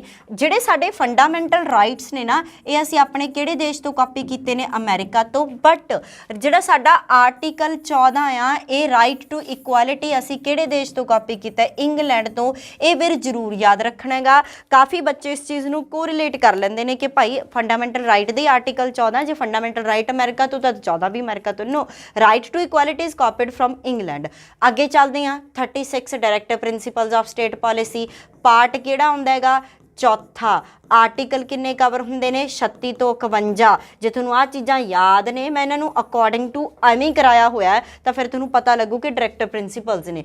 74 ਆਰਟੀਕਲ ਕਹਿੰਦਾ ਕਿ ਕੌਂਸਲ ਆਫ ਮਿਨਿਸਟਰ, 74 ਤੇ 75 ਕੌਂਸਲ ਆਫ ਮਿਨਿਸਟਰਸ ਤੇ PM ਜਿਹੜੇ ਹੁੰਦੇ ਨੇ ਸਾਡੇ ਸੈਂਟਰਲ ਲੈਵਲ ਤੇ, ਉਹਨਾਂ ਦੀ ਗੱਲ ਕਰਦਾ ਹੈ। Article 368 very important amendment procedure. ਸਾਨੂੰ ਪਤਾ ਹੈ ਸਾਡੇ ਦੇਸ਼ ਦੇ ਵਿੱਚ ਜਿਹੜਾ ਸਾਡਾ ਸੰਵਿਧਾਨ ਹੈ, ਜਦੋਂ ਅਸੀਂ ਕੋਈ ਵੀ ਚੀਜ਼ ਨਵੀਂ ਲੈ ਕੇ ਆਉਣੀ ਆ, ਪੁਰਾਣੀ ਚੀਜ਼ ਹਟਾਉਣੀ ਹੈ, ਤਾਂ ਅਸੀਂ ਕੀ ਕਰ ਸਕਦੇ ਹਾਂ, ਵਾਇਆ ਅਮੈਂਡਮੈਂਟ ਕਰ ਸਕਦੇ ਹਾਂ। That comes under article 368। ਮੈਚਅਪ ਕਰੀਏ, A ਦਾ ਤੀਜਾ ਆ ਸੀ, B ਦਾ ਚੌਥਾ, ਦੂਜਾ ਪਹਿਲਾ, D ਆਪਸ਼ਨ। ਚਲੋ ਫਿਰ ਮੈਂ ਚਲਾ ਆ ਗਿਆ, ਚਲੋ ਜੀ ਕੋਈ ਗੱਲ ਨਹੀਂ। ਹੁਣ ਕਹਿੰਦੇ ਆਰਟੀਕਲ 54 ਹੈ ਜਿਹੜਾ, ਉਹ election of president of India. ਪਹਿਲਾਂ ਮੈਂ ਦੱਸ ਦਿੰਨੀ ਆ, ਫਿਰ ਆਪਾਂ ਇਹਨੂੰ ਕਰ ਲਾਂਗੇ। ਆਰਟੀਕਲ 75 ਹੁਣੇ ਦੱਸ ਕੇ ਹਟੀ ਆ। ਆਰਟੀਕਲ 155 ਕੌਂਸਲ ਆਫ ਸਟੇਟਸ ਆ ਗਿਆ। Article 164 composition of legislative assemblies. So basically ਸਿੱਧਾ ਹੀ ਬਣ ਗਿਆ A ਦਾ 1 2 3 4। ਆਰਟੀਕਲ 54 ਕਹਿੰਦਾ ਹੈ ਇਲੈਕਸ਼ਨ ਆਫ ਦ ਪ੍ਰੈਜ਼ੀਡੈਂਟ। ਜੇ ਕਿਤੇ ਮੈਂ ਇੱਥੇ ਇੱਕ ਥੋੜਾ ਜਿਹਾ ਸ਼ਬਦ ਚੇਂਜ ਕਰ ਦਿੰਦੀ, ਮੈਂ ਇੱਥੇ ਲਿਖ ਦਿੰਦੀ ਕਿ ਇਲੈਕਸ਼ਨ ਪ੍ਰੋਸੀਜਰ, ਇਲੈਕਸ਼ਨ ਪ੍ਰੋਸੀਜਰ ਜਿਹੜਾ ਹੈਗਾ, ਤਾਂ ਫਿਰ ਆਰਟੀਕਲ ਕਿਹੜਾ ਬਣ ਜਾਣਾ ਸੀ 55। ਤੇ election procedure of president is copied from Ireland. ਕਿੱਥੋਂ ਕਾਪੀ ਕੀਤਾ? ਆਇਰਲੈਂਡ ਤੋਂ। ਜਦ ਕਿ ਅਸੀਂ ਪ੍ਰੈਜ਼ੀਡੈਂਟ ਦਾ ਕਨਸੈਪਟ ਹੈ ਨਾ ਜਿਹੜਾ, ਇੰਗਲੈਂਡ ਤੋਂ ਕਾਪੀ ਕੀਤਾ ਹੋਇਆਗਾ, ਬਟ ਪ੍ਰੈਜ਼ੀਡੈਂਟ ਦੀ ਜਿਹੜਾ ਇਲੈਕਸ਼ਨ ਮੈਥਡ ਹੈ ਉਹ ਇੰਗਲੈਂਡ ਦੇ ਪ੍ਰੈਜ਼ੀਡੈਂਟ ਤੇ ਆਪਣੇ ਪ੍ਰੈਜ਼ੀਡੈਂਟ ਦੇ ਵਿੱਚ ਵੱਖਰਾ ਪਾਣਾ ਹੈ, ਕਿਉਂਕਿ ਆਪਣੇ ਡੈਮੋਕ੍ਰੇਸੀ ਹੈ, ਇੰਗਲੈਂਡ ਦੇ ਵਿੱਚ ਵੀ ਡੈਮੋਕ੍ਰੇਸੀ ਹੈ, ਆਪਣੇ ਰਿਪਬਲਿਕ ਡੈਮੋਕ੍ਰੇਸੀ ਹੈ, ਤੇ ਇੰਗਲੈਂਡ ਦੇ ਵਿੱਚ ਮੋਨਾਰਕੀ ਹੈ। ਆਪਣੇ ਰਿਪਬਲਿਕ ਹੋਣ ਦਾ ਕੀ ਮਤਲਬ ਹੈ ਕਿ ਸਾਡੇ ਦੇਸ਼ ਦੇ ਵਿੱਚ ਜਿਹੜਾ ਹੈਡ ਆਫ ਸਟੇਟ ਹੋਊਗਾ, ਹੈਡ ਆਫ ਸਟੇਟ ਅਸੀਂ ਕਿਹਨੂੰ ਮੰਨਦੇ ਹਾਂ? ਪ੍ਰੈਜ਼ੀਡੈਂਟ ਨੂੰ। ਉਹ ਹਮੇਸ਼ਾ ਹੀ ਇਲੈਕਟਡ ਹੋਊਗਾ, ਚੁਣਿਆ ਜਾਊਗਾ, ਨਾ ਕਿ ਪੀੜ੍ਹੀ ਦਰ ਪੀੜ੍ਹੀ ਹੋਊਗਾ ਜਾਂ ਡਿਕਟੇਟਰਸ਼ਿਪ ਦੇ ਥਰੂ ਹੋਊਗਾ। ਪਰ ਇੰਗਲੈਂਡ ਦੇ ਵਿੱਚ ਚੁਣਿਆ ਥੋੜਾ ਨਾ ਜਾਂਦਾ, ਉੱਥੇ ਤਾਂ ਰਾਣੀ ਰਾਜਾ ਇਹ ਹੁੰਦਾ, ਉਹਨੂੰ ਅਸੀਂ ਕੀ ਬੋਲਦੇ ਹਾਂ? ਮੋਨਾਰਕੀ। ਸੋ ਅਸੀਂ ਪ੍ਰੈਜ਼ੀਡੈਂਟ ਦੀਆਂ ਪਾਵਰਸ ਤਾਂ ਇੰਗਲੈਂਡ ਤੋਂ ਲਿਆਏ, ਪਰ ਪ੍ਰੈਜ਼ੀਡੈਂਟ ਇਲੈਕਟ ਕਿਵੇਂ ਹੋਊਗਾ? That is copied from Ireland. So ਇਹਨੂੰ ਫਿਰ ਯਾਦ ਰੱਖਣਾ ਹੈਗਾ। ਸੋ ਆਪਣਾ ਆਪਸ਼ਨ ਕਿਹੜਾ ਬਣ ਗਿਆ? ਇਹ ਵਾਲਾ। Governor of state the appointment ਹੈ ਜਿਹੜੀ, ਉਹ ਆ ਗਈ। ਤੇ ਉਸ ਤੋਂ ਬਾਅਦ ਆਪਣਾ ਕੰਪੋਜੀਸ਼ਨ ਆਫ ਲੈਜਿਸਲੇਟਿਵ ਅਸੈਂਬਲੀ ਆ ਗਿਆ, 164 ਦੇ ਅੰਡਰ ਆ ਗਿਆ। ਇਹ ਤੁਹਾਨੂੰ ਪਤਾ ਹੀ ਹੋਣਾ ਹੈਗਾ, ਇਹਨੂੰ ਕੋਈ ਬਹੁਤਾ ਐਕਸਪਲੇਨ ਕਰਨ ਦੀ ਜ਼ਰੂਰਤ ਨਹੀਂ ਹੈਗੀ। ਨੈਕਸਟ ਕੁਐਸਚਨ, 15ਵਾਂ ਤਾਂ ਲੰਘ ਗਿਆ, ਹੋ ਗਿਆ।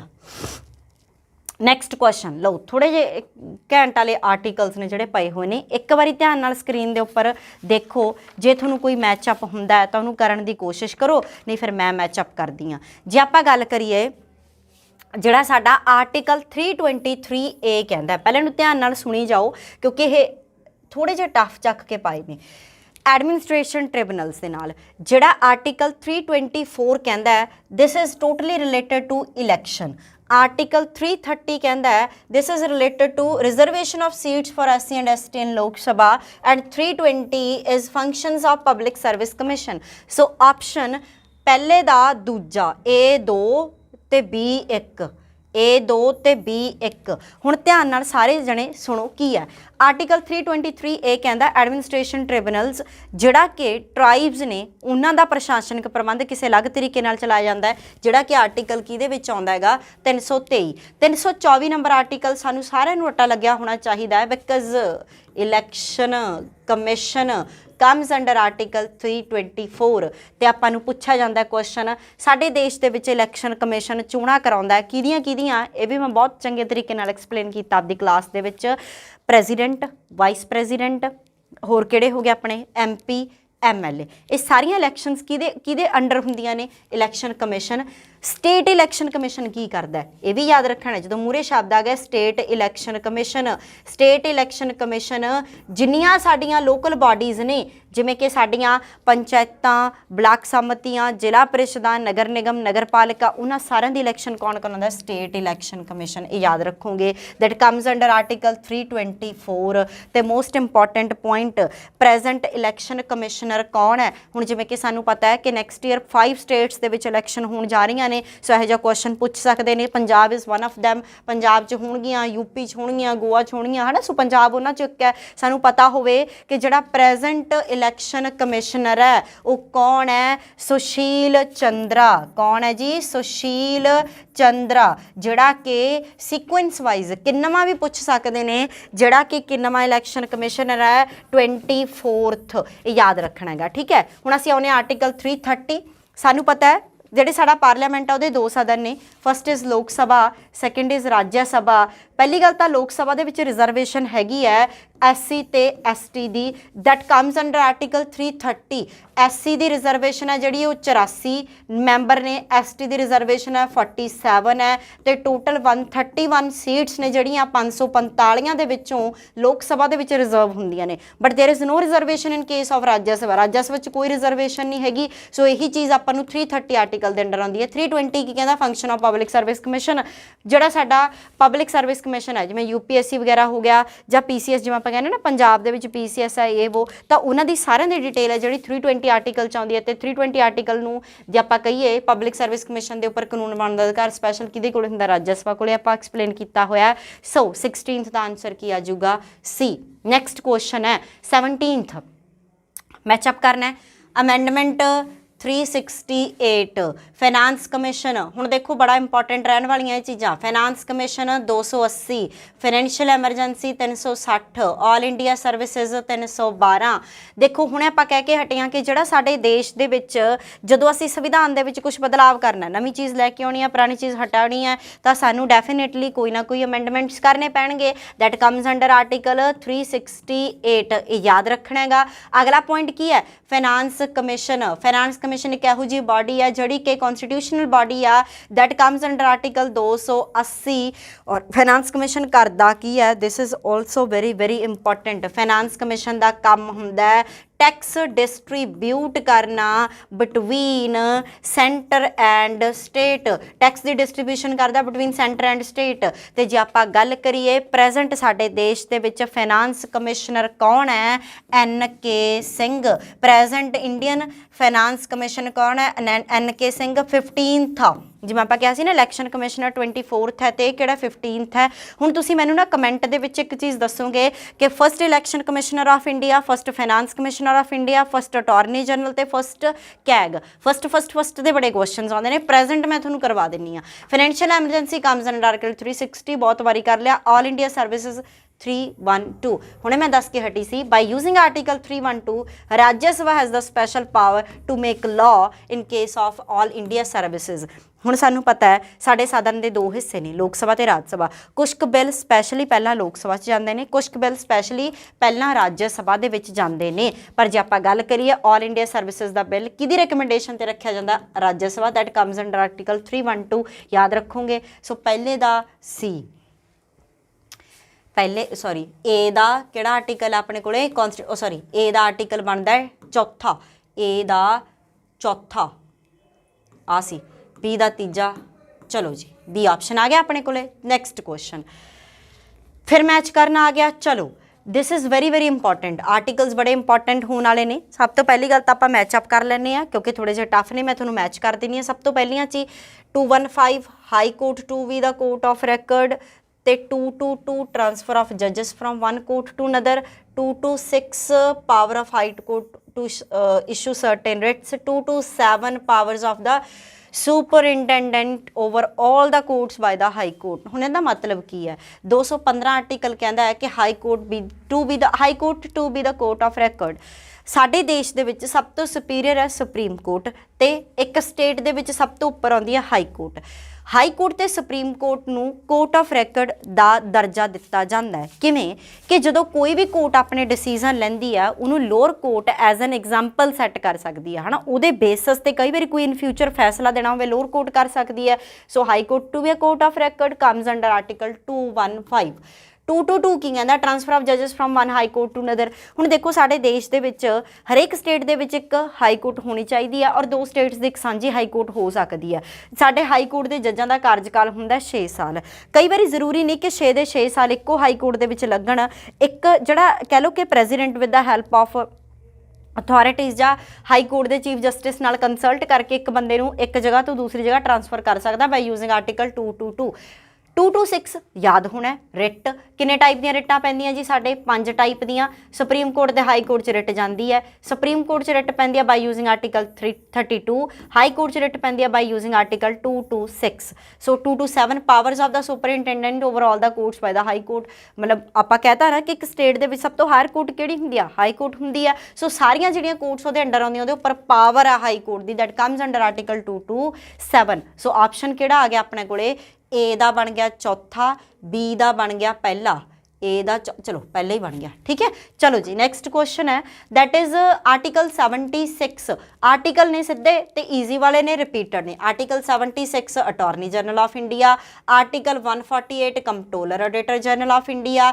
75(1)A appointment of the union minister article 131 jurisdiction of the Supreme Court very very important article 76 says that there shall be a attorney general of India ਕੌਣ ਹੁੰਦਾ first law officer of India ਇੱਕ state level ਤੇ ਵੀ ਹੁੰਦਾ ਇੱਕ centre level ਤੇ ਵੀ ਹੁੰਦਾ ਸੋ ਜੇ ਆਪਾਂ ਗੱਲ ਕਰੀਏ ਪ੍ਰੈਜ਼ੈਂਟ ਜਿਹੜਾ ਅਟਾਰਨੀ ਜਨਰਲ ਆਫ ਇੰਡੀਆ ਹੈਗਾ ਅਟਾਰਨੀ ਹੈ ਨਾ ਹਾਂ ਜਿਹੜਾ present attorney general of India ਹੈਗਾ ਉਹ 15th ਚੱਲ ਰਿਹਾ ਹੈਗਾ ਜਿਹਦਾ ਨਾਮ ਹੈ ਕੇ ਵੀਨੂ ਗੋਪਾਲ ਹੁਣ ਮੈਂ ਤੁਹਾਨੂੰ ਦੱਸਿਆ ਵੀ ਮੈਨੂੰ ਪਹਿਲੇ ਤੁਸੀਂ ਦੱਸੋਗੇ ਮੈਂ ਤਾਂ ਦੱਸ ਹੀ ਦੇਵਾਂਗੀ ਚਲੋ ਕੋਈ ਗੱਲ ਨਹੀਂ ਪਰ ਇੱਕ ਵਾਰੀ ਤੁਸੀਂ ਵੀ ਦੱਸਿਓ ਥੋੜਾ ਜਿਹਾ ਹੁੰਦਾ ਨਾ ਟੀਚਰ ਨਾਲ ਜੇ ਤੁਸੀਂ ਕਮਿਊਨੀਕੇਟ ਕਰਦੇ ਹੋ ਰਿਸਪੌਂਸ ਕਰਦੇ ਹੋ ਤਾਂ ਥੋੜਾ ਜਿਹਾ ਪੜਾਉਣ ਦਾ ਵੱਧ ਮਜ਼ਾ ਆਉਂਦਾ ਨਜ਼ਾਰਾ ਆਉਂਦਾ definitely so basically attorney general of India 15th ਹੈ ਕੇ ਵੀਨੂ ਗੋਪਾਲ ਹੈ ਕਮਸ ਅੰਡਰ ਆਰਟੀਕਲ 76 ਇਹ ਸਟੇਟ ਲੈਵਲ ਤੇ ਵੀ ਹੁੰਦਾ ਸਟੇਟ ਨੂੰ ਵੀ ਆਪਾਂ ਅਟਾਰਨੀ ਜਨਰਲ ਨਾਲ ਰੱਖ ਦਿਆਂਗੇ ਆਰਟੀਕਲ 148 ਕੰਪਟਰੋਲਰ ਜਿਹਨੂੰ ਤੁਸੀਂ ਕਹਿ ਦਿੰਦੇ ਹੋਗੇ ਠੀਕ ਹੈ ਤੇ ਜੇ ਆਪਾਂ ਗੱਲ ਕਰੀਏ ਜਿਹੜਾ ਸਾਡਾ ਪ੍ਰੈਜ਼ੈਂਟ ਕੈਗ ਹੈ ਉਹ ਕੌਣ ਹੈ ਸ਼੍ਰੀ ਗਰੀਸ਼ ਚੰਦਰ ਮੁਰਮੂ ਉਹ ਬੜਾ ਐਵੇਂ ਜਿਹਾ ਨਾਮ ਹੈ Girish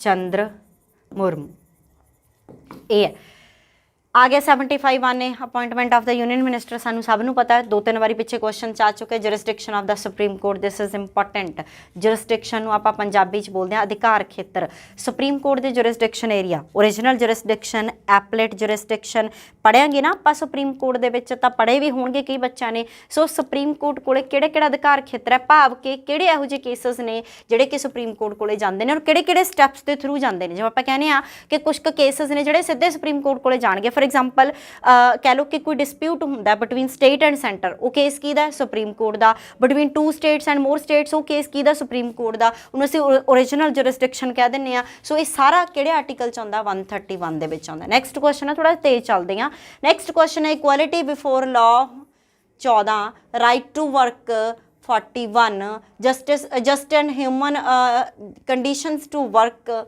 human conditions to work 42 free and compulsory education 45 ये दसन की कोई लोड़ नहीं सारे आर्टिकल ने जोड़े वो एक नूं छड्ड के 14 नंबर आर्टिकल फंडामेंटल राइट का अभी DPSP सो चलते हैं कि ऑप्शन आ गई इक्वालिटी बिफोर लॉ पहले दी आ गई ए आ गया तीजे नाल मैच करदा आही होगा बस बी आ गया चौथा सी पहला दूजा so B option is the right option next है जी लो पार्ट आ गए part 9th of the Indian constitution contain part आ किहड़ा हैगा 8th आह 4th है आह 9th है पहला ना मैं तुहानूं दस दी जे तुहानूं कुछ जिवें कई पार्ट्स ना सानूं बहुत क्लीयर कट हुंदे ने उन्हां नूं पहला मैच कर लिया करो कोई गल नहीं हुण जिवें आपां नूं पता है कि part 4th of the Indian constitution related to fundamental duties so C दा की है चौथा हुण देखो गल इत्थे ही बन जाती है ये भी एक स्मार्ट वर्क है मतलब मैं बहुत आपदे वारी जो असीं पेपर दिंदे हुंदे सी चीज़ कीती है सी दा चौथा बाकी नूं मैच कर लो बस बाकी सी दा चौथा किते नहीं हैगा एक सानूं श्योर है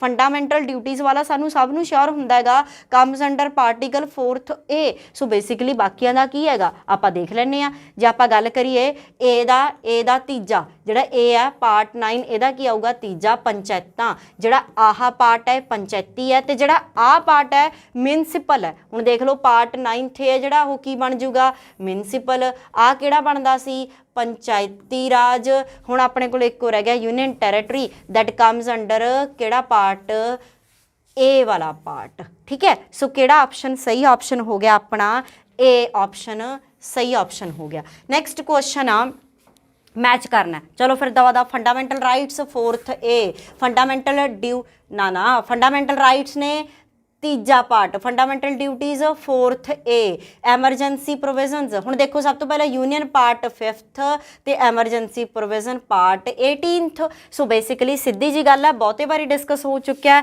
ਸੋ A ਕਿਹਦੇ ਨਾਲ ਮਿਲਿਆ? ਦੂਜੇ ਦੇ ਨਾਲ। A ਦੂਜੇ ਨਾਲ ਦੋ ਥਾਂ ਪਿਆ, ਚਲੋ B ਦੇਖ ਲੈਣਾ। ਫੰਡਾਮੈਂਟਲ ਡਿਊਟੀਜ਼ ਪਹਿਲੇ ਦੇ ਨਾਲ, A ਵੀ ਪਿਆ, ਪਰ ਪਿੱਛੋਂ ਲੱਗ ਜਾ ਕਰੋ ਕੋਈ ਗੱਲ ਨਹੀਂ। ਯੂਨੀਅਨ ਪਾਰਟ 5th ਹੈ, C ਦਾ ਕਿਹੜਾ ਆ ਗਿਆ? ਚੌਥਾ। C ਦਾ ਕਿਹੜਾ ਆ ਗਿਆ? ਚੌਥਾ। ਤੇ ਡੀ ਦਾ ਕਿਹੜਾ ਆ ਗਿਆ? ਤੀਜਾ। So basically A is the right option. So next question ਚੱਲਦੇ ਹਾਂ ਜਲਦੀ ਜਲਦੀ। Which the following words have been added by the preamble ਦੇ ਸ਼ਬਦ ਪੁੱਛਣੇ। ਦੇਖੋ ਸਾਡੇ ਦੇਸ਼ ਦੇ ਵਿੱਚ ਪ੍ਰੈਮਬਲ ਅਮਰੀਕਾ ਤੋਂ ਕਾਪੀ ਕੀਤਾ ਗਿਆ। ਓਰੀਜਨਲ ਪ੍ਰੈਮਬਲ ਦੇ ਵਿੱਚ 3 ਵਰਡਸ ਹੁੰਦੇ ਸੀਗੇ, ਉਸ ਤੋਂ ਬਾਅਦ ਆਪਾਂ 2 ਕਾਪੀ ਕੀਤੇ ਨੇ। ਜਿਹੜੇ ਕਾਪੀ ਕੀਤੇ ਨੇ ਜਿਹੜੇ 2 ਬਾਅਦ ਚੋਂ ਐਡ ਕੀਤੇ ਨੇ, ਸੈਕੂਲਰ ਤੇ ਸੋਸ਼ਲਿਸਟ ਤੋਂ ਬਾਅਦ ਚੋਂ ਐਡ ਕੀਤੇ ਨੇ ਕਿ ਦੂਸਰੇ ਕੀਤੇ ਨੇ? ਹਾਂਜੀ ਬਿਲਕੁਲ, ਸੈਕੂਲਰ ਤੇ ਸੋਸ਼ਲਿਸਟ ਕੀਤੇ ਨੇ। So B option with the amendment 47 1976 47th amendment 1976 ਨੂੰ ਮਿਨੀ ਕੌਨਸਟੀਟਿਊਸ਼ਨ ਵੀ ਕਹਿੰਦੇ ਨੇ, ਮਿਨੀ ਕੌਨਸਟੀਟਿਊਸ਼ਨ। ਸੋ ਈਜ਼ੀ ਜੀ ਆਪਸ਼ਨ ਹੈ। ਨੈਕਸਟ ਕੁਐਸਚਨ ਹੈ ਅਸਰਸ਼ਨ ਰੀਜ਼ਨ ਆ ਗਿਆ। Indian constitution is quasi federal, Indian constitution neither federal or unitary. This is going to be very important. base ਆ ਇੱਥੋਂ ਚੀਜ਼ਾਂ ਨਿਕਲਦੀਆਂ ਨੇ। ਪਹਿਲੀ ਗੱਲ ਤਾਂ ਫੈਡਰਲ ਦਾ ਮਤਲਬ ਕੀ ਹੁੰਦਾ ਹੈ? Federal structure means power distribute ਕੀਤੀਆਂ ਗਈਆਂ ਨੇ between centre and state. This is the pure meaning of federal. But here is a word quasi federal. ਹੁਣ ਦੇਖੋ ਆਪਣੇ ਦੇਸ਼ ਦੇ ਵਿੱਚ ਕੀ ਸਿਸਟਮ ਚੱਲ ਰਿਹਾ ਹੈਗਾ। ਆਪਾਂ ਬੇਸ਼ੱਕ ਪਾਵਰ ਸੈਂਟਰ ਤੇ ਸਟੇਟ ਦੇ ਵਿੱਚ ਡਿਸਟਰੀਬਿਊਟ ਕੀਤੀਆਂ ਹੋਈਆਂ ਨੇ, ਪਰ ਤੁਸੀਂ ਇੱਕ ਚੀਜ਼ ਜਾਣਦੇ ਹੋ ਕਿ ਸੈਂਟਰ ਕੋਲੇ ਸਟੇਟ ਦੇ ਮੁਕਾਬਲੇ ਬਹੁਤ ਜ਼ਿਆਦਾ ਪਾਵਰ ਹੁੰਦੀ ਹੈ। ਜੇ ਆਪਾਂ ਗੱਲ ਕਰੀਏ ਇੱਕ ਸਟੇਟ ਦੇ ਸੀਐਮ ਕੋਲੇ ਸਿਰਫ ਸਟੇਟ ਤੱਕ ਹੀ ਪਾਵਰ ਲਿਮਟਡ ਹੁੰਦੀ ਹੈ, ਬਟ ਇੱਕ ਪੀਐਮ ਕੋਲੇ ਪਾਵਰ ਹੈ ਜਿਹੜੀ ਆਲ ਓਵਰ ਇੰਡੀਆ ਦੇ ਵਿੱਚ ਹੁੰਦੀ ਹੈ। ਪਾਰਲੀਮੈਂਟ ਜਿਹੜੀ ਯੂਨੀਅਨ ਪਾਰਲੀਮੈਂਟ ਹੈ ਉਹਦੇ ਕੋਲੇ ਬਹੁਤ ਜ਼ਿਆਦਾ ਪਾਵਰ ਹੈ ਕੰਪੈਰੇਟਿਵਲੀ ਸਟੇਟ ਲੈਜਿਸਲੇਚਰਸ ਦੀ। ਸੋ ਬੇਸਿਕਲੀ ਬੇਸ਼ੱਕ ਅਸੀਂ ਆਪਾਂ ਪਾਵਰ ਨੂੰ ਸੈਂਟਰ ਤੇ ਸਟੇਟ ਦੇ ਵਿੱਚ ਵੰਡਿਆ ਹੈ, ਬਟ ਆਪਾਂ ਯੂਨੀਅਨ ਨੂੰ ਪਾਵਰਫੁਲ ਰੱਖਿਆ ਤੇ ਇਹਨੂੰ ਆਪਾਂ ਕੀ ਕਹਿੰਦੇ ਆ? ਕੁਆਜ਼ੀ ਫੈਡਰਲ ਕਹਿੰਦੇ ਆ। ਪਹਿਲੀ ਗੱਲ ਤਾਂ Indian constitution is quasi federal, not purely federal ਤੇ ਨਾ ਹੀ ਯੂਨਿਟਰੀ। ਜੇ ਹੁਣ ਆਪਾਂ ਕਹਿੰਦੇ ਕਿ ਫੈਡਰਲ ਹੈਗਾ ਤਾਂ ਫੈਡਰਲ ਦਾ ਮਤਲਬ ਪਾਵਰ ਇੱਕੋ ਜੀ ਹੈ, ਸੈਂਟਰ ਕੋਲੇ ਵੀ ਹੈ ਸਟੇਟ ਕੋਲੇ ਵੀ ਹੈ। ਯੂਨਿਟਰੀ ਕਹਿੰਦੇ ਤਾਂ ਮਤਲਬ ਯੂਨੀਅਨ ਪਾਵਰਫੁਲ ਹੈ, ਸਟੇਟ ਕੋਲ ਕੋਈ ਪਾਵਰ ਹੀ ਨਹੀਂ ਹੈਗਾ। ਸੋ ਅਸਰਸ਼ਨ ਇਹ ਸਹੀ ਆ ਤਾਂ ਗਲਤ ਆ। Indian constitution is neither federal, ਇਹ ਸਹੀ ਹੈ, ਪਰ ਇਹਦਾ ਰੀਜ਼ਨ ਨਹੀਂ ਬਣਦਾ ਹੈਗਾ ਗਾ। ਠੀਕ ਹੈ। ਸੋ ਬੇਸਿਕਲੀ ਇਹ ਕਨਸੈਪਟ ਨੂੰ ਤੁਹਾਡੇ ਲਈ ਸਮਝਣਾ ਜ਼ਰੂਰੀ ਹੈ ਕਿ ਇੰਡੀਆ ਦੇ ਵਿੱਚ ਫੈਡਰਲ ਨਹੀਂ ਹੈਗਾ, ਇੰਡੀਆ ਦੇ ਵਿੱਚ ਕੀ ਹੈਗਾ ਜੀ? ਕੁਆਜ਼ੀ ਫੈਡਰਲ ਹੈ। ਕੁਆਜ਼ੀ ਹੁੰਦਾ ਅਰਧ। ਠੀਕ ਹੈ, ਇਹ ਯਾਦ ਰੱਖਣਾ। ਨੈਕਸਟ ਕੁਐਸਚਨ ਹੈ last the total number of spokes in the Indian flag 24 hours ਨੂੰ ਰਿਪਰੈਜ਼ੈਂਟ ਕਰਦੇ ਨੇ। ਅਸ਼ੋਕ ਚੱਕਰ ਚੋਂ ਲਏ ਗਏ ਨੇ। ਨੀਲੇ ਰੰਗ ਦੇ ਜਿਹੜੇ ਉਹ ਪੂਰੇ ਕਹਿ ਲਓ ਕਿ ਆਪਣਾ ਸਰਕਲ ਬਣਿਆ ਹੁੰਦਾ, ਇਹ ਬਲੂ ਕਲਰ ਦੇ 24। ਠੀਕ ਹੈ, ਚਲੋ ਮੁੱਕ ਗਈ। ਚਲੋ ਭਾਈ ਇਹ ਕੁਐਸਚਨਸ ਹੈਗੇ ਨੇ ਜਿਹੜੇ ਇਹਨਾਂ ਨੂੰ ਧਿਆਨ ਨਾਲ ਕਰ ਲਿਓ। ਜੇ ਕੋਈ ਪ੍ਰੋਬਲਮ ਹੋਈ ਤਾਂ ਮੈਨੂੰ ਕਮੈਂਟ ਸੈਕਸ਼ਨ ਦੇ ਵਿੱਚ ਦੱਸ ਦਿਓ। ਇਹੋ ਜਿਹਾ ਹੀ ਪੋਲੀਟੀਕਲ ਸਾਇੰਸ ਦੇ ਅੱਗੇ ਹੋਰ ਕੁਐਸਚਨਸ ਲੈ ਕੇ ਆਵਾਂਗੇ, ਕਿਉਂਕਿ ਇਹ ਥੋੜਾ ਕਨਸੈਪਟ ਹੈ ਜਿਹੜਾ ਅੱਛਾ ਕਰ ਦਿੰਦੇ ਆ। ਆਪਾਂ 25 ਸਵਾਲ ਨਹੀਂ ਕੀਤੇ, ਆਪਾਂ ਆਲਮੋਸਟ 100 ਸਵਾਲ ਕੀਤਾ ਇਹਦੇ ਵਿੱਚ।